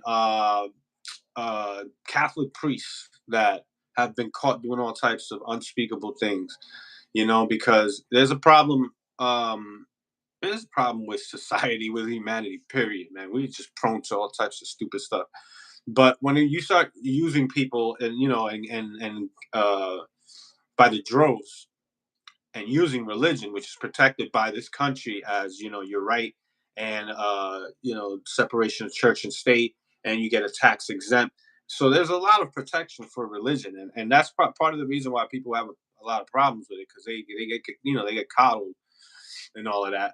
But I respect your right to be an Israelite, but I want you to come on my channel so we can talk about it. That's I have that right too. So yeah, we'll keep this live going. I gotta get me a refill, so it's gonna be a little bit of noise in my living room, but all this talking. So how's everybody doing out there? It's good to see some of y'all like Chris, Lava Pash, man. Can't believe the brother's out. Mr. Anthony Lobo pretty much put out a message on Facebook, I think it was yesterday, or it could have been today, and he said he just found out Lava Pash is out. He's like, that's my brother. I remember Lava Pash. Brother Lava Pash was the one that he had came in when Tazadaki was doing a world tour, fake world tour, and he ended up in Orlando. Then he went to Miami. when he went to Miami, the brother Labwan Apash was the first day in class was when Tazadakia was there. And I think the brother was probably high, man. I mean, I don't know. He's coming out of the world. So it's just something about his face, but it was like supposed to be like a great question answer segment where Tazadakia answered the brother's question because he was talking about a sister or something, marriages, and Tazadakia was telling him something crazy. He was like, and the brother couldn't understand it, and because it doesn't make sense. He was like, that God, if you're supposed to be with somebody, God is going to put you with that person. And he's like, and if he's not supposed to be with that, it's not going to work out. But there's many situations up in there where people get together, get divorced in the church. But that's where I remember that brother from. And then, that's where I remember him first from. And then years later, or less than, no, that same year, that's a week later, he joined the academy, and I saw him up in Orlando. But there was a video that went kind of viral about him asking a question about that. And you could tell he liked the fact that you can have more than one wife. Just like when I first heard that, I was like, "Ooh, what? Yeah, I like that, the idea of that." So, but Labwan Apash, man, I remember hearing so many stories, man. The pizza and coffee. Remember we started calling him pizza and coffee after a little while because of something funny he said. That Hebrew Academy days were fun. We had good times, man. I remember brother Mawa man, Amath, Andy, Lamar Gabar. Me and Lamar Gabar, one time we had to hold post. It was me and him. This was a 2-man gig. Every 8 hours they changed shifts up in the Icgjc on Lancaster Road. This was one of the original spots where one time they broke the window or they tried to mess with the door or something in the back. Somebody, so when we heard about that, we told New York, there's somebody trying to finagle their way in here or something, something's wrong with the door. It's a very bad area where that church was at and where it still is. So we were ordered to sleep at the church, and I spoke about that when I first started speaking out on my channel. And I remember, man, me and Lamar Gabar chilling there, but we got the overnight shift from like 12 to 8 or something like that. And I had to go to work in the morning. I could barely sleep in there. It was folded. It was like chairs that, folded out. I slept on that. I couldn't sleep on the floor. And I don't know how I found a way to get comfortable I've had a comforter. I had a real comforter with me. That's how I got comfortable. Not Tazadakia. Yeah, man. But yeah, I wanted to keep this going just for a little while because after just listening to the sister's story, the way that she delivered her story was just had me hyped. And I'm up for it. That's you, bro. He said, Brooklyn Outlaw, thank you, bro. I never meant no harm. Who's Juan Jose? Let's see. Is that La Wanapash? No. La Wanapash Kayamayam song. That was a joint in Minneapolis. Oh, okay. Oh, yeah. La Wanapash has some good music, man. He was a great. Yeah, that's right. That's why a lot of people know him all around the nation. It was because he was a rapper, man. He was nasty with it. He had some skills. But but yeah, man, this is we got a lot of former members that's in here right now. Brooklyn Outlaw was in Orlando. That's because Kazakala, Kazakala, right? Man, there was a lot of peoples, man. There was a brother who he knows who he is, man. Alex Barack Bun. He was one of the reasons why I left that place, man. He was a big reason why I left that place. I didn't realize it too much, I guess, while I was going through the motions, while I was watching his videos. And he called me up one time, him and Lahara Ash called me up, man, and I was still a believer. And they were trying to, dig in and see if they could get me.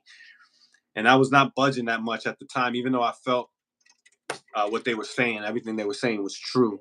about how the church was being ran under Tazadakia and Yashar's leadership. Yashar had us really, really hating being a part of that church.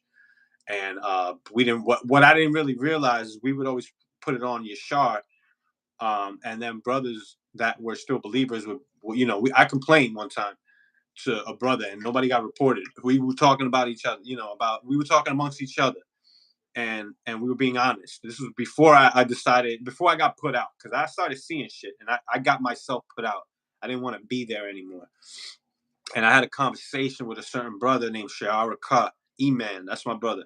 We had a conversation. We didn't report each other. We didn't rat each other out. We were complaining. We took the time to keep it real. And we were like, there's fucked up shit going on. Yashar is the main cause. But little did we know that Yashar was just a little Tazadakia. If anything, Tazadakia was much worse. But they were trying to bring that New York clamp on the church in Orlando. And that's why they brought out Dahawam and, who came from Minnesota, who's actually from Philly, but they sent them around the United States, and he was fresh out of Minnesota. And then when they sent Yashar, it got even worse. And there was some growth through 2015, just like right before the raid. There was still some growth, but now these guys that are out here handing out flyers, trying to go to Dominican Republic and Portland, Maine, and Kentucky, and all of that stuff, trying to hand out flyers to recruit people. What's going to happen is that these people that come across their flyers and then try to research who these people are, we're living in 2024. You can just pop your phone open and put in the Israelite Church of God and Jesus Christ in Google, and there's going to be nothing but negative stuff. Factual stuff that just makes the church look bad, and then you might come across my channel. You might come across Vocab Malone. He's spoken up against the Icgjc. He's even had Saint Basil, Shalama, and some other brother on his channel defending for where the Icgjc defended itself. That was the name of it. The Icgjc defends itself. I went back recently and watched that, man. Them cats were not ready for some of those questions, man. They didn't have good responses, especially when they were talking about the two witnesses and how it later goes into their dead bodies shall lie in this. Like they it's talking about the witnesses' dead bodies. So now they have to change the whole context of what the scripture says, because their doctrine conflicts with what the scripture says. And they play with that here a little, there a little. So it's like one line could be talking about the two witnesses, and then where it continues to talk about them, they tell, no, this is all talking about something else now. And it's like, no, man, I can read what I'm reading. I can see what I'm reading. I can understand it. It's not talking about something different. The conversation then doesn't just change. And this probably is what's messing up a lot of these guys, like cognitive abilities, which is just your ability to think properly. These people have lost that, and there's all types of attention deficiencies and shit, because they can't focus on one topic without them stepping over their own breakdowns, like falling over their own breakdowns, bumping into their own, bumping heads into each other. Where did he go? Where did he go? Just lost, just completely lost, man. Chris says, it was such a culture shock. It's hard to socialize because, keep in mind, I was a cult member my whole life. Yeah, Chris was somebody that was born into the cult. See, there's all types of different ways to come in. And, I came in when I was young, 20 years old, looking for something different. There's people that probably come in when they're older, when they have nothing else going, or, their life is pretty much over. And maybe they lost hope in life. Maybe they just lost a loved one, and this thing could come along as some type of relief. But yeah, when you're born into this stuff, you don't have a choice. So you just got to go with it. You didn't choose to come in there. I chose to go in there, which is a whole different thing. But yeah, it was very interesting. I would love to get Chris on here one day, man. But you doing your thing, brother. You did the right thing by leaving, and I'm amazed, and it just gives me a lot of um, hope for people that are still in there. That even a person that was born in there can get up and say, "I'm out of here. This thing ain't real. Bye, daddy. I'll see you later, moms." You know, that's crazy when your whole family is keeping you in there. It's how do you break out of that? And I'm just happy that people are leaving because the damage that this place has done is insurmountable. There's no way to calculate it. What we could do is just reach out to former members, and then they can reach out to me. Y'all can always reach out to me on through my email address, sanmiguelpana@gmail.com. sanmiguelpana@gmail.com. Just want to send me an email, whatever. There's other sisters that's been hitting me up that I'm sorry I haven't been able to get back to you, Sade. Um, I've just been dealing with a lot lately, man. They're, with the demonetization, we got hurricanes coming, all types of stuff. But yeah, I was demonetized. I started just looking at my channel and started thinking, you know what, I got to do something different. So I'll be back in like 3 months, man, with a whole different venue, a whole different platform. Well, not completely different, but I'll make some changes, and I'll take some time off, I guess, for the holidays, just to kind of decompress, man. Constantly going over this, what's going on every day with this and with that. It takes a lot out of me, and I got other things going on too. But I'm always here for y'all, man. I'm always here for Brooklyn Outlaw. I love you so much, brother. You're one of my favorite people that I've ever met in my life. So are you, Gerari. You're my brother too, man. I get emotional, man, because coming from a place where we should be destroyed, man. We shouldn't be here talking about this shit right now, with a smile on our faces. But here we are, man, and I'm glad. That's why I was telling. I'm glad I did this with the sister. It's been a while. I wanted to give her space. She told me a while ago. She said, "I want to do this, but I'll let you know when I'm ready." I was like, "All right, sister. I love her spirit." And I'm glad we got back up because it was a while. It was months. And with other sisters hit me up, and I started getting confused. I'm like, damn, who was the sister of this? Because I try to give people their space. I don't want to force people into speaking. I did that with the sister Yahalama, man. I kind of pushed her to do that. I thought it was very important, and I regret doing that because nobody should be, pushed to do anything they don't want to do, obviously. But I felt it was important, and then I kind of swayed her, and she ended up doing what she did, and the rest is history. That's something I've been wanting to put out again. Is my conversation, which I think I called "Sleeping with the Devil," with Yahalama from Orlando, former sister, former wife or fake wife, side chick, sex, slave. I don't know. I don't want to use that term, but because it's just yeah, she wasn't in shackles and shit in some dungeon in her, in her in just lingerie all day. It was, it was still very difficult for her, man. I could tell it was hard for her to talk about it. It's not easy for people to come on here and talk about these things and talk about it with a good understanding of things too. But they demonetize you because you be going too hard on foundational Black Americans. I told you, chill out, bro. I don't know. I think it has something to do with IUIC. That's just my question. That's just my thing. Because I happen to put out some stuff recent about IUIC, and they're known for rallying all their members and reporting a video, or they're known to do that. So, but it's some of my content too that I just need to polish up and do more narrating over instead of just giving you a reused video, some reused content without much, editing. Because sometimes I'll do that just to get more videos out, and I won't do as much narrating. and I need to put the stamp on those videos to make it my own though, so I'm not just posting out other people's content. So but there's a lot of stuff that I've put out from the Icgjc too, so they could very easily be reporting me too. It's just it's the power of numbers, and they got that for sure. They have the people around there, wrapped around their finger. If they tell them to jump, they will jump. How high? They don't even matter, bro.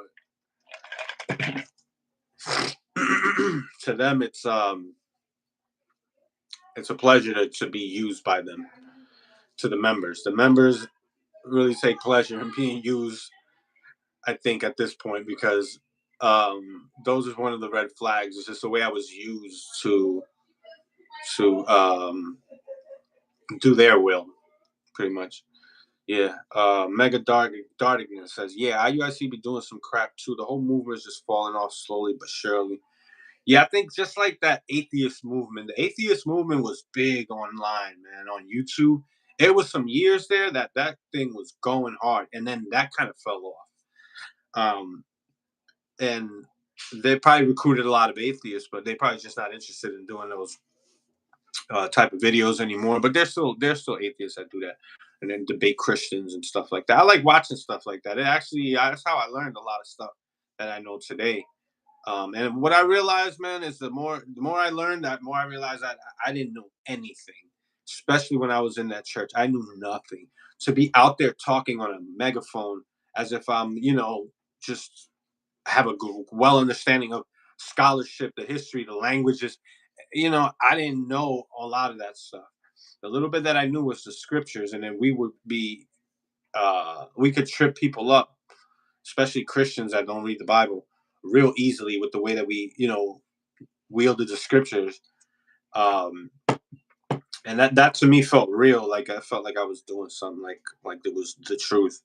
But it's just a certain way that people are not ready. They don't know how to respond. They don't know that where it says black unto the ground, that doesn't mean he was black. They were black like unto the ground. It means they were black unto the ground, down to the ground.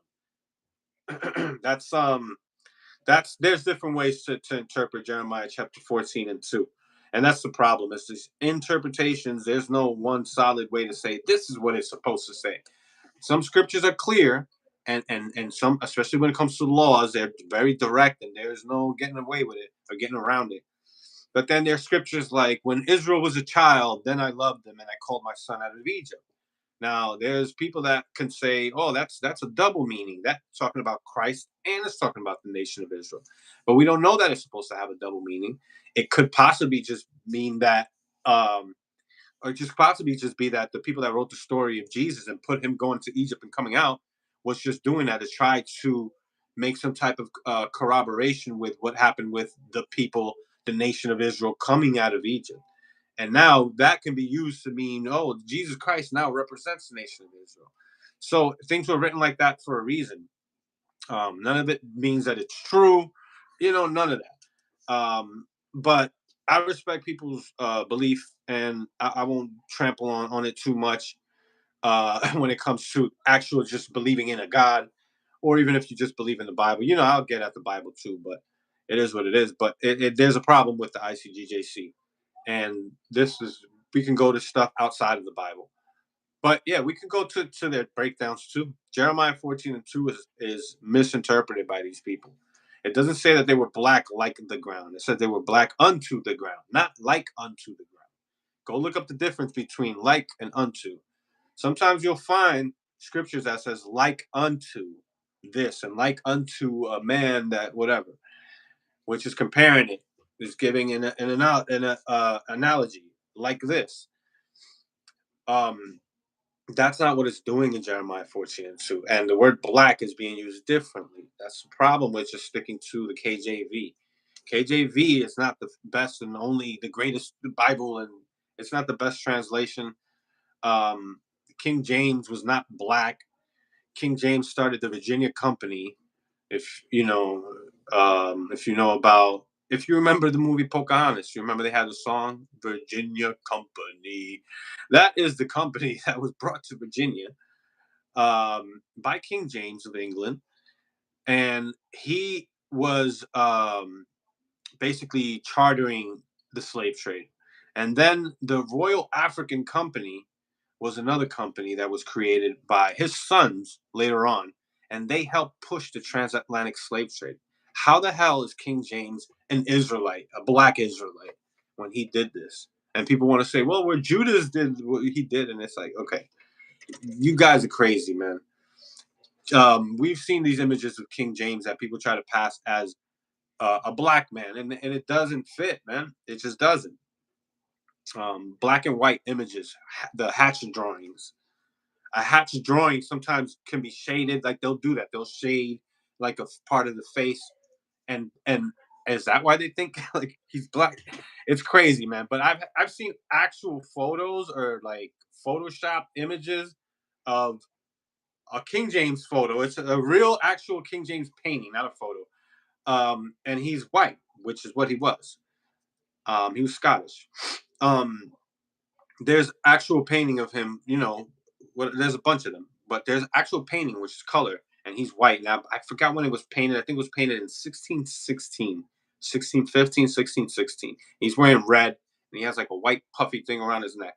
They took that image, photoshopped the black man's face over King James' face, and said, "This is King James."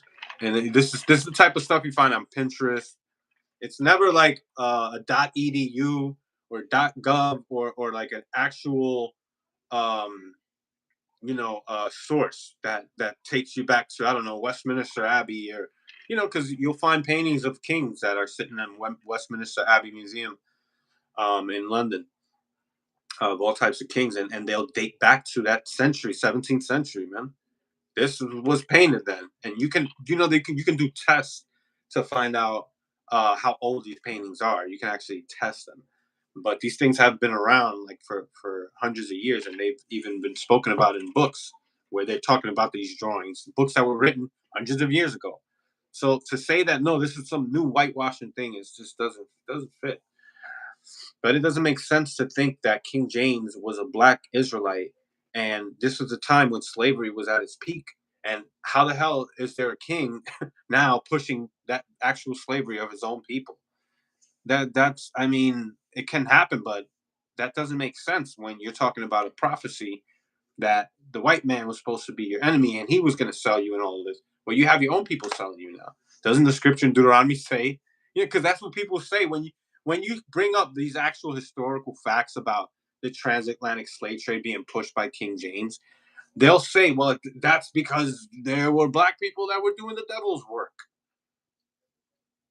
Come on, man. That's I mean, there's so many ways why that's wrong. But then you'll find books that say something about King James was more swarthy looking. Because when you have people that are from England, from Wales, that are very pale, they have a different look. King James is from Scotland. Scottish people are more swarthy. That means that you have a darker shade, like Kim Kardashian is swarthy. Robert De Niro, you could say he's swarthy. Italians, Greeks, John Stamos. John Stamos is a swarthy Greek. That doesn't necessarily mean like you're a black man. The way the word black was used, man, back then, it's taken on a whole new thing. People weren't called black racially up until I forget when that even started. I think it was 1900s that even started. That wasn't even being said in the 1800s. So Juan Jose says, in rare time, my superiors ran into people who knew the word of God, and they ran like hell. They murmured, he's an unbeliever. Okay. Just like all white people aren't the same. Yeah, I mean, there were white people hating on each other. Benjamin Franklin was talking about the swarthy Germans, and he was saying that they're not pure white, and that America's losing its purity because we're letting in these swarthy Europeans. Look up that quote, swarthy Europeans. It was 1657, I think he said that, or no, 1757, I believe. Ben Franklin. They'd be, I mean, there was all types of stuff about Irish people. They would depict Irish people looking crazy too. Like they depicted black people, and they exaggerated their noses and lips and butts and all of that. They did the same shit with Irish people, and they exaggerated their features, and they always made them look mean and they did that. There's actual signs that you can find that were posted in restaurants and different things where I said no Irish people allowed, no dogs and no Irish. I've seen that before. No blacks, no Irish. So it's not so black and white the way that Hebrew Israelites try to make it seem. Like things are just so, like white people haven't done certain things to each other too. Yeah, there's a lot of misinformation that goes on. There's things like this, like they'll say Christopher Columbus killed thousands of Indians, and when you actually look up why there were so many Native Americans dying, it was because of their immune system wasn't ready for the diseases that the Europeans brought. So it wasn't like they literally murdered that many people. A lot of them died because of diseases. That doesn't take away from the fact that they massacred. They did that, but just to put things in perspective, like what actually happened matters, you know.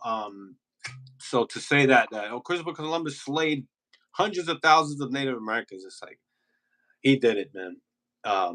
But he slayed some hundreds, I'm sure, and the people that he brought in to the island of Hispaniola and all of that, and then following that, it was even more chaos once they started spreading through the Americas. There's so many things about Native Americans too. Like I like to focus on that when I talk about the false 12 tribe breakdown. I think that's their um, Achilles heel.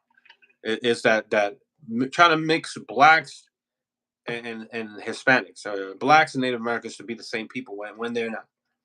Now there were Native Americans that mixed with blacks, and you have that later on there came tribes that were like African looking in features, but they dress like Native Americans. That happened even in Brazil. But the difference in genetics between a Native American and an African is so distant that, and Europeans, it's so distant that when it came time for the Europeans, when they got here, their immune systems were completely different because they've evolved. Things happen in a few amount of years, not years, but let's say thousands of years. You can see slight changes. Like there's certain alleles that is in your genetics that will form that might not have a biological function, but it's there, and you won't see that in the ancestors of these people because time has changed and they have evolved in their own area for a certain amount of time, and things change, man. Things change for depending on location, necessity, survival. Things mutate, and we need to start accepting these things because there's just so many lies that's taught in the ICGJC, man. I wanted to do this last week with the sister. Something came up, but I'm glad we did it today. This thing was broken up into two parts. I'm gonna start wrapping this up. I don't know if anybody else wants to just ask a question or whatever, but sorry I'm not reading all the comments. There's a good amount right now, but yeah, I'll read some of these comments. Soldier 144 says my main issue with that place is it just had us out there looking stupid as f. We had an arsenal of wrong information. That's for sure. Yeah, I try to. Juan Jose says that's why they won't debate with you. Yeah, they won't. There's even Israelites that refuse to come on my channel that are not part of the ICGJC that I met, and I got close with some of these guys, man. We've been going back and forth for months on that Jews versus Hebrew Israelite Facebook group. And there's a dude that I might be able to get on, man. I kind of got cool with him. We are swung swords for a while. And he's been in this thing for 30 years. And I mean, there's so many things that's wrong with the breakdowns. I'll go through a few things real quick. Let me read this question though. Oh no, that's not a question. But Mega Dardigan says they would say you're not black, you're brown. Yet we'll say some white celebs as black. Yeah, man. They do that with Lenny Kravitz. You know, they do that with Bob Marley. He's black, but he's not an Israelite. They'll do something like that. And then if you're half, or if you're Hispanic or you look some type of white, if you leave the cult, they'll start speculating. Oh, maybe he was an Edomite. I've seen that happen before, or maybe he's a Hamite. Because if he's black or whatever. Now they don't know how to explain it. No, he's a Hamite. That's why. So yeah. Pause. What? What did I say? Anyways, yeah. So this is one of the things I've been doing lately. Brother, Hulk Hogan is an Israelite because he always called people brother. So, Revelation chapter 1, verse 13 through 15. Actually starts at 14. His hair was white like wool, as white as snow. His head and his hairs were white like his head and his hairs were white like wool. They lie to you and say that his head is talking about the hair on his head, and his hair is talking about his facial hair, not that his head was white. The white that's pointed out in many scriptures, but in this particular scripture, symbolizes purity. And it has nothing to do with Jesus Christ being white, none of that, or black, or nothing like that. That's not what it's trying to say. Because I could very much say that when it says that his face was like an appearance of lightning in Daniel, I can say, well, lightning is bright. It's a flash. It's white. It's not black. His face was an appearance of lightning. I can easily say he was white doing that. If I want to be stupid like these people and simple, I could just do that. His Nazarites were whiter than milk, or something like that, right? Her Nazarites were whiter than milk. It's talking about purity, man. But now when we talk about black in the Bible, all of a sudden every time it's talking about skin color. Every time I'm black, astonishment has taken hold of me. That's talking about skin color. No, it says his face, his head, and his hairs were white, like wool. It's talking about color, not texture. Now they jump to Daniel 10, 5 and 6 to say, well, it tells you that God, that his hair was like the pure wool. That's supposed to be their way of showing you that it's actually talking about texture. But if you want a precept, Revelation tells you that it's talking about color. That's why it says white like wool. So if you want to use that, you should use that in Daniel where it says his hair was like the pure wool. How was his hair like wool? Pure wool. And it points out pure because white represents purity. So it's obviously not talking about texture, even in Daniel where it says his hair was like the pure wool. So I'll go from there to Isaiah chapter 1, verse 18, where it says that your sins are like scarlet, but I shall make them as wool. God said, your sins are red, your sins are scarlet, but I will make them as wool. I will make the Israelites, is talking about them, as wool, make them as wool. How would God make the sins of Israel as wool? Or the Israelites as wool? Because he's going to make them white, he's going to make them pure. That's what it's talking about. It's not talking about texture. In Isaiah chapter 1, verse 18, obviously it's talking about color, and it doesn't even mention color. All it says is that I'm going to make your sins like wool. What is that talking about? Your sins are going to have an afro? It's talking about color. Just like in Revelation chapter 1, just like in Daniel chapter 10, verse 5 and 6, and Daniel chapter 7, verse 9. I believe that's the one where it says the Ancient of Days, his hair was like the pure wool. And then they go to Hebrews 7 and 14. It's evident that the Lord sprang out of Judah. All right, let's see. How did Judah look? Judah mourneth, the gate thereof language. They are black. All that garbage. And then they want to, then going back to Revelation, right? So they like to finish it off by saying, okay, so his hair, whatever, blah, blah, blah. As if white people can't have hair that have a certain texture. Go Google the word Jewfro. Go Google that. There's actually a thing. I actually just posted a video because that line was said in the movie 40-Year-Old Virgin. Have you ever seen the movie 40-Year-Old Virgin? When they go to that therapy thing or whatever and they're all sitting around, there's a little Jewish kid there with a freaking fro. He has red hair and it's a red curly fro and his hair looks like sheep's wool. So white people can have hair like that. And there's actually a thing with Jewish people having that, a Jew fro. So his hair was like wool. Okay. well, what about his skin color, brother? He said his skin looked like it was burnt, and they'll literally tell you that it says that his skin looked like it was burnt, and they'll put the T on burnt, burned. They wrote that. Whoever wrote that was already, it had already happened, right? So when they wrote that his feet looked like burnished, or what is it, polished brass, or is it burnt? Look like brass. Damn, I forget how it's worded. What kind of brass? Burnished brass? But it's looked like brass as if it burned in a furnace. Now remember, this was written later, so that's why it's has that burn there. But what he's talking about is that it was burning. The only reason why it looks like it's past tense is because he wrote it later. That's why I go. This is when I go to Exodus chapter 3, verse 2, to show them that the bush was burned. It wasn't burnt, but it was burning. Everybody knows it's a burning bush.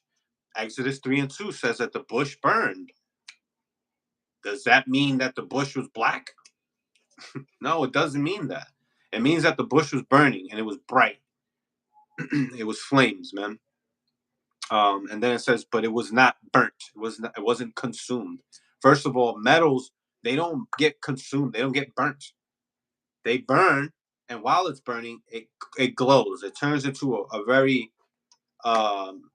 if you look at it, it looks supernatural. It doesn't look normal, and it will melt your hand if you touch that shit. That's how hot it gets. It's a white heat. White heat doesn't mean that Jesus Christ was white. And I know there's Hebrew Israelites that are going to talk about the Russian icons and all of that. It had crabs. They like to pull that stuff up now. And what I'll say to that is very easily, those people that drew that or painted these things or created these icons, they weren't any eyewitnesses to these people that they're drawing. And they don't look African in those drawings either. They just look like a Middle Eastern, a person from Iran or something. Because a lot of times you can tell, like they will have some color to them, and I believe the Israelites were people of color, whatever you want to call it, because they were Middle Eastern, and Middle Eastern people are considered people of color. And then you got people like from Yemen, man, that can look very dark. But if you look at like their hair, they don't have the woolly hair a lot of times, and you don't even see that in the scripture. They don't have that Afro, that sub-Saharan look. But you can see depictions of Nubians, and there you can see the connection to sub-Saharan Africans, to West Africans, to African Americans. You'll see it. You're like, okay, now I see it. But a lot of these depictions of Israelites, they like to point to how their hairstyles looked and all of that, and it's like none of that means anything, man. Israelites could have had braids, man, cornrows or whatever. There's depictions of that actually. That doesn't mean these people were sub-Saharan Africans. That doesn't mean that a Black American is a Judite because of that. And the 12 tribes breakdown is a whole nother mess. And I've gone into that before, and I would love to go into that again some other time in the future. I've been talking about that for a while. I've done stuff on the 12 tribes breakdown, but I feel like I always learn something new, and I need to add on to it and all of that. Yeah, the dreadlocks, the hairstyles, and all of that. Yeah, hairstyle is not just particular to one people. It's a hairstyle, but yeah, they polish brass. Yeah, that's right. That's what I was thinking about, right? Polished brass. Because I've heard of burnished brass, polished brass, and all of that is just talking about shine, the shine and the glow, and that's what was trying to be pointed out, that this God, Jesus Christ, this man, Son of Man, came in a certain power that wasn't just a regular man, walking up and stuff with some jeans on and shit or whatever, or with a type of skin color or anything like that. Like, I mean, if that was a thing, if he was in that form, which he was in the form of a man, obviously there's going to be something that looks like skin, but none of that was described. It was what what was being made out, or what could be seen, was just the shine that was described, that whiteness, the brightness. His face was like, his eyes were like flame of fire. It's talking about things burning and things having a certain brightness, and it's all representing power too. His eyes were like fire. It doesn't mean that his eyes were red because he was drinking alcohol. You know what I mean? My peoples, we still on the live right now, man. I don't want to get off. I don't know when I'm going to be back. I want to make sure I do these lives, and I'm doing it for a reason, an important reason, not just going live for no reason or whatever, just to bullshit and create any random content. I want my content to be important, relative, powerful, and useful, because it's not about me.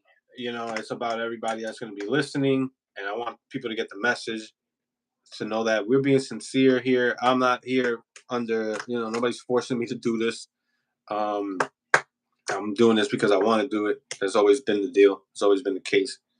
Took some time for me to get some courage, and and pick up the pieces and come back stronger. So, I can represent for the people that left in a major way, and not just be, be upset, because that was the time when I was upset and I wasn't ready to come out and do this. I was really upset. I use a lot of that motivation to just start making videos, start editing. And it's been fun, man. And I appreciate the audience that we got, because we got people reconciling and reuniting after years of not knowing where's this person at. I left the cult, and everybody just stopped talking to me. I miss this person. I miss that person. I wonder where they at. Hey, man, you could get in contact with the sister. You could get in contact with a lot of people in here, and people have gotten reunited, through my channel, which is amazing. That's really cool. And I've met people. I've reunited with people through this channel too. So it's been great, man. This is a good live though, but yeah, they was forcing you to ask questions and be holding it down. Thank you, Juan. I tried, man. It's been a while. It's been 7 years, yo. I'm doing this since March 1st, 2017. Well over 7 years. And I'll still do lives, up until December. Sometime in December, I'm gonna come back, and it's gonna be a whole new thing. I need a little break from this, and I think this is a perfect time.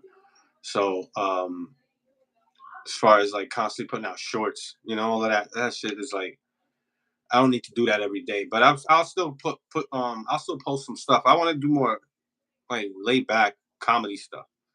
Brooklyn Outlaw, yes, salute to you. You're a legend, Miguel. People need you like Batman. Yep. I don't want to see me live long enough to become the villain, though. Oh, man. Tazdakia will forever be the villain. And that dude died a villain, pretty much, an asshole. And we'll keep talking about him post-mortem.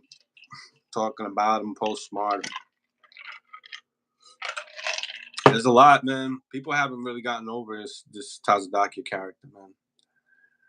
They're still waiting for him. It's weird.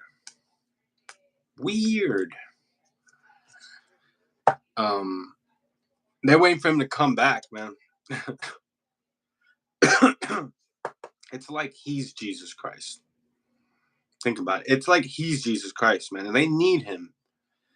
You don't need no man on earth, man. If you believe in Jesus Christ, that's all you need. How the hell are we waiting for Tazdakia to resurrect? Because isn't it about Jesus Christ? They've made this thing all about Tazdakia,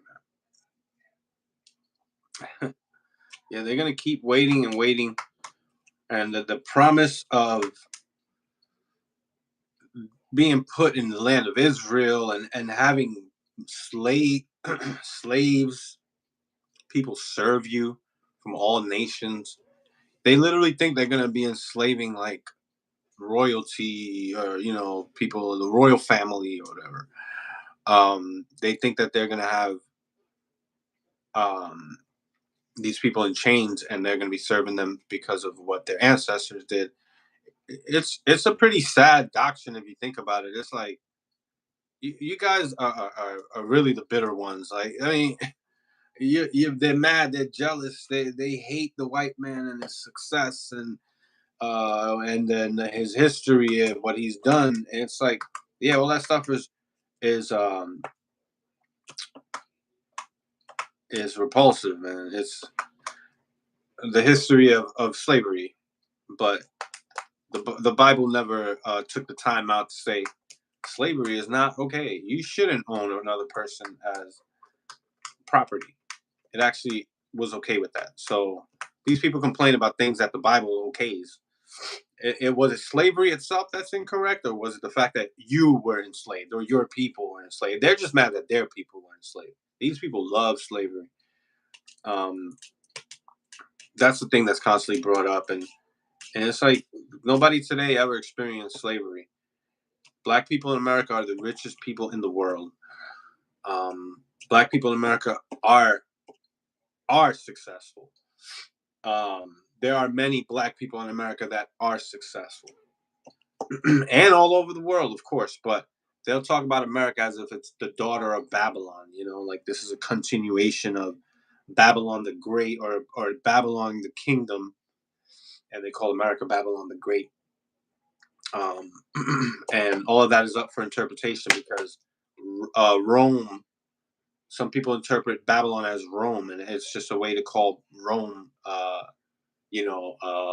the new Babylon, where the Lord was crucified. They'll say that's Egypt too. They'll say it's Rome. Now, of course, Israelites say it's America, and that's all up for interpretation because nobody can really prove it's Rome. But if it's going to be talking about anything, the people at that time are going to refer to things that existed at that time. This is not some type of prophecy that is talking about the future of America, and they wanted to call it Egypt because of the slavery of the children of Israel. This is not reliable, man. This is like interpretations of scriptures that they'll say, well, there's no private interpretation, but you're giving me private interpretations. Everything's an interpretation in the Bible. You have to leave it up to interpretation. Now, some things can't even really be proven. Some things can, and some things can be proven false in the Bible. That's a fact. So these Hebrew Israelites, the Icgjc cats, IUIC, they're putting their hopes and they're putting their chips on something that's just unreliable, man. And that's why you have so many people that leave. There's a big turnover rate. Like it's a damn AT&T call center, man. They have a big turnover rate. At least the Icgjc does. IUIC is moving on to big things. They're out in the Solomon Islands, man. Me and Gerari was looking at that. That's crazy. That's crazy. Remember that? And then you got them out in like parts of Africa. They're going out there. They're moving, man. They're doing things as they're supposed to be doing. This is what like their prophecy calls for. This is what their doctrines calls for, and they're fulfilling those things. So if anybody is looking like they're fulfilling the things that are being said, is actually IUIC and other groups, Sakari. As far as the growth, that's all I'm talking about because we just went over these breakdowns of this color of Christ, and you can see there's no way that what they're saying is actually talking about what they're saying because you can go to other scriptures and find that the words are used in those ways, and it's not talking about color. Everything is color with these people, and it's not that's not an accomplishment, man. Your skin color is not an accomplishment. So shit's crazy, but horse and buggy, a sharp. And I'm sorry, y'all, about the connection issues that we had.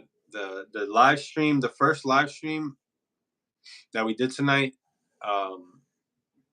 was it'll be up. But that one ended early, right? I got kicked out trying to send the email and the link to the sister, so we had some issues, but we made it back, and we finished this thing up. I want to get her back again. I think she was a great guest, and her name was Gabar Shayara, up in the Icgjc from Baltimore. So I know she was recognized by people in here like Mr. Rick, Mr. Russell, Russell G. Lewis, my peoples, my good friends, my brothers outside of Christ, my people outside of the Icgjc. We're still,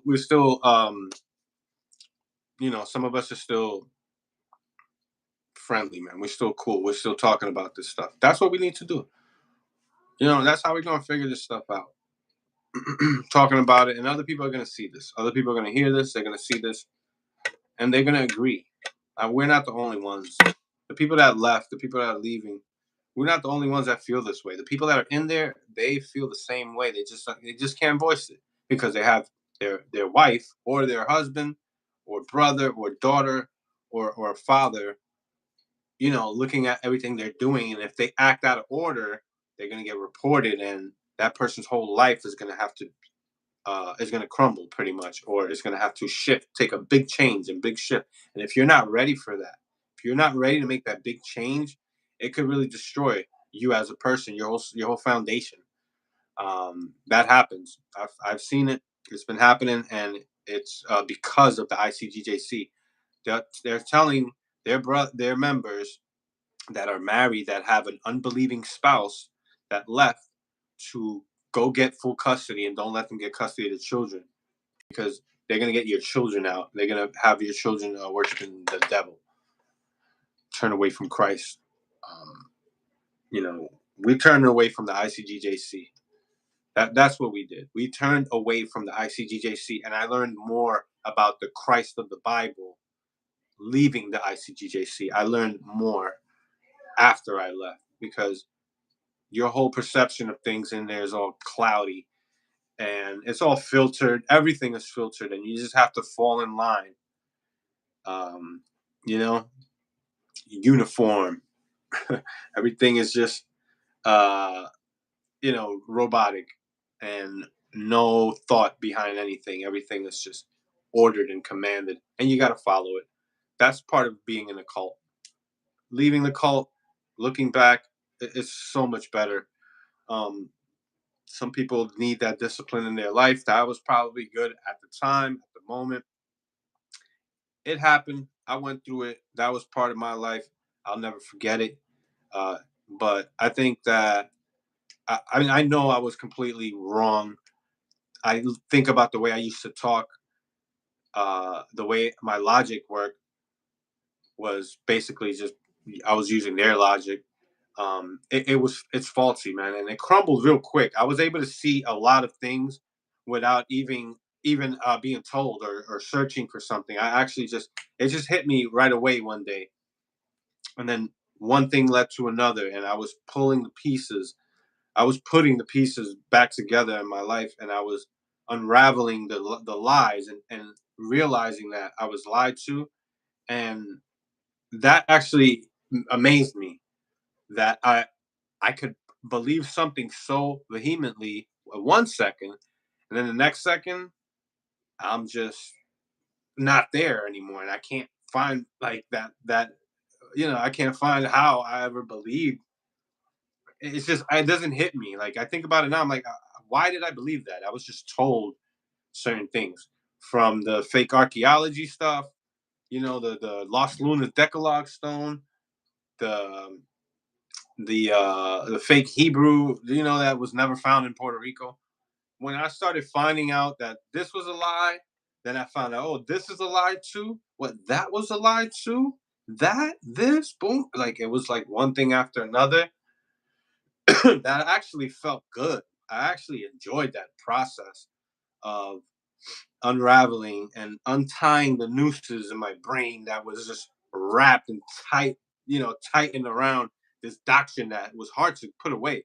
I would read a Bible, I would read a scripture in the Bible, and they're in my head. They're a breakdown. And now I'm interpreting that according to what they're saying. And talking to certain Christians or other people that have a different understanding and interpretation of scriptures, listening to them explain things the way they see it, it actually made more sense. The Christians make more sense than Hebrew Israelites. Where the Christians don't sometimes make sense to me is when there are scriptures that they blatantly will just feel like, oh well, that was just at that time, or I don't know, King David's baby, smashing the babies against the rocks and all of that. It's like when it comes to Christianity, it's like, how do you explain that? The Hebrew Israelites have one up on that because those are gruesome scriptures that Hebrew Israelites love. That, yeah, man, murder, blood, kill, kill, kill. And Christians have more decency and shit, and it's like they know it's wrong, but they try to like ignore it. It's like it's right there in your face. You know, what are you gonna say? I gotta go, my peoples, man. It's been a great night. Another one is in the books. I want to say thank you to Aaron for coming through. Brooklyn Outlaw came through. You know, Mega, A Sharp, Juan Jose, La Posh, Chris, Miss Baker, Eva Stansberry. Man, it was a lot of y'all that came through. I love y'all. I love a lot of y'all. Not all of y'all. And I think I'll just leave it at that. It's, you know, I want to do this again with the sister. So look out for that. And anybody else that wants to come on and do something like this, we'll do that for the sake of the members that are lost in the ICGJC that need to find their way. I'll say good night to y'all, man. Anybody that wants to hit me up, you know, you can hit me up. I'll be up tonight. And you can hit me up anytime, you know, any day. Text message, email, YouTube comment, Facebook, Instagram. You know, I'm all over that. A Cashapp would be appreciated. I'll put that out just real quick. You know, it doesn't. Nobody has to donate. It's just it would help. We got a hurricane coming, but I gotta get some water and some toilet paper tomorrow. That's San Mig 422 on Cash App with the hashtag, or not the hashtag, the $sign San Mig 422. Hit me up, show me some love. Oh, November 1st. Oh yeah, we might have to do something there. I'll get up with you, soldier. At ease, soldier. I'm out. Love y'all, man. Peace out.